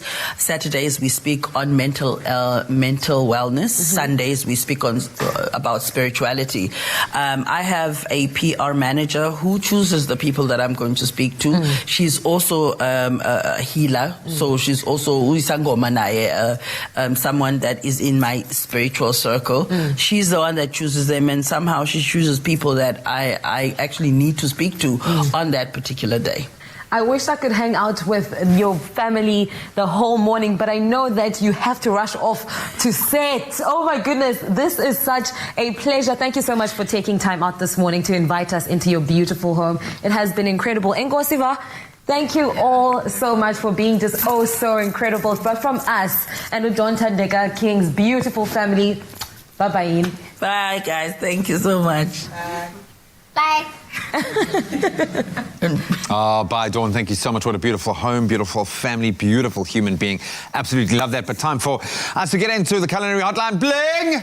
Ting, ting, ting! One last time. And, of course, Baldo is sticking around. Chef Clem is here, and both of them hate pickles. Which is why I brought Baldo back. No. I don't understand. Cucumber. And it's just, I don't know why don't you like cucumber? I don't know, just We'll get you there. weird. Let's see if we can get you there. So Clark, Samantha said, Chef, those pickles behind you, look at those beautiful pickle jars Nicole created so lovingly. Which vinegar do you use to pickle them in? We love pickles. I love pickles. Pickles and cheese, come on. Pickles and pickles. Pickles and pickles. Absolutely. So we're in a pickle. First of all, how do you pickle? So the thing about pickling is when it's all sort of from preserving. It's a way to keep things for longer. Back in the day, there was no refrigeration. So the way they kept food to last throughout a season was by pickling it. So it's very, very simple. You would use an acid, and for the acid today, we're using vinegar. And I'm using plain white vinegar, the cheapest vinegar you can find on the shelf. So this is how Nonna would have done it. Is that right? Is that... Look at you. Hey, come on. I like it. So I've got plain white vinegar, and the truth of the matter is you could use brown vinegar, malt vinegar, white vinegar. Where I'd say you'd stop is when it gets to balsamic vinegar. Okay. The flavor, balsamic vinegar is extremely strong. It's going to change the flavor. And the texture, exactly. And it's also quite expensive. It's not necessary. So plain white vinegar goes in there, but with any pickling recipe, you have to get your ratios right. So we've added, which is very bitter, sour, that acidity level, you want to balance it out with a bit of sweetness. Okay. Because what happens while these ingredients are sitting in the jar, they actually take on the flavor of your pickle. Yeah. Exactly. So you want to get those flavors right. So I've got white vinegar in there. I'm hit it with a bit of sugar. Okay. You could use honey. You could use agave nectar, anything that's going to lend that nice sweetness to your base. Then now you can do whatever you like. Okay. How do you feel about chili? A little bit is fine. A little bit of heat, we call it. Is one okay? One. Okay. So I like using dried chilies because if you're going to use fresh chilies, you'll sometimes see that they end up like, it's fine. You can use fresh chili if you like. I just like the flavor you get from dried chilies, okay? And it slowly releases its flavor and a little bit of heat. Cool. That's going in there. Peppercorns are really great. Again, it's just going to add flavor to your pickle. It also looks really cool if you can see the peppercorn. Yeah, little dots of black in there is really great. Mustard seeds are something that I love in pickles, and you do see them a lot in stores and in restaurants when they do their own pickles. They use mustard seeds. And if you think about the beautiful tang that you get from mustard powder, you kind of get a bit of that coming through from your mustard seed. Do you like mustard? Kind of. A little bit spicy or mild mustard? The good yellow stuff. That's the one. When you have out. Yeah. We're broadening his palate today. A couple of bay leaves. I use in almost everything. When I cook rice, a bay leaf goes in. When I fry onions, a bay leaf goes in. There's this beautiful aromatic flavor you get from bay leaves. Garlic. We love garlic, right? Yeah. No. Get out. The entire Italian half of your family just went, no, they've written you off. No, it's ridiculous. Okay, a little bit of garlic is good. And because we're pickling it, it's going to slowly give some garlic flavor. Is it the breath? Probably, yeah. Oh my goodness. Okay, we'll sort that out later. You're fine. You got the accent. You're cool, man. So that's all in there. Now that's our base. From here, what you can do is you can pickle. Name some things that you can pickle. Can I tell you one of the weirdest? Sorry, what? Picante. Yeah, there we go. Picante peppers, carrots. One of the weirdest things I ever had in a restaurant was a pickled frankfurter. Well, we're not going to pickle a frankfurter. And it was delicious. No, It was we're going to great. pickle our cucumber. So we've literally got seconds left of the show, so we're going to wrap up with the pickles. What I did was I put some salt on the pickles to draw that excess moisture out, and that's it. Maybe that strong flavor that you and I don't like. Some of that flavor comes out. Then when I add the liquid to it, like when we brined our chicken, next time we held all that moisture, salt comes out, add the pickle to it, and then you have it. Pickle cucumbers. Baldo, you're a superstar. We love you, man. Thank you so much for joining us. Thank you guys at home for joining us for another Culinary Hotline Bang! Take it!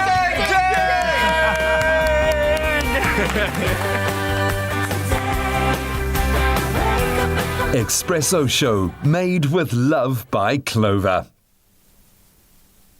Another feel-good production.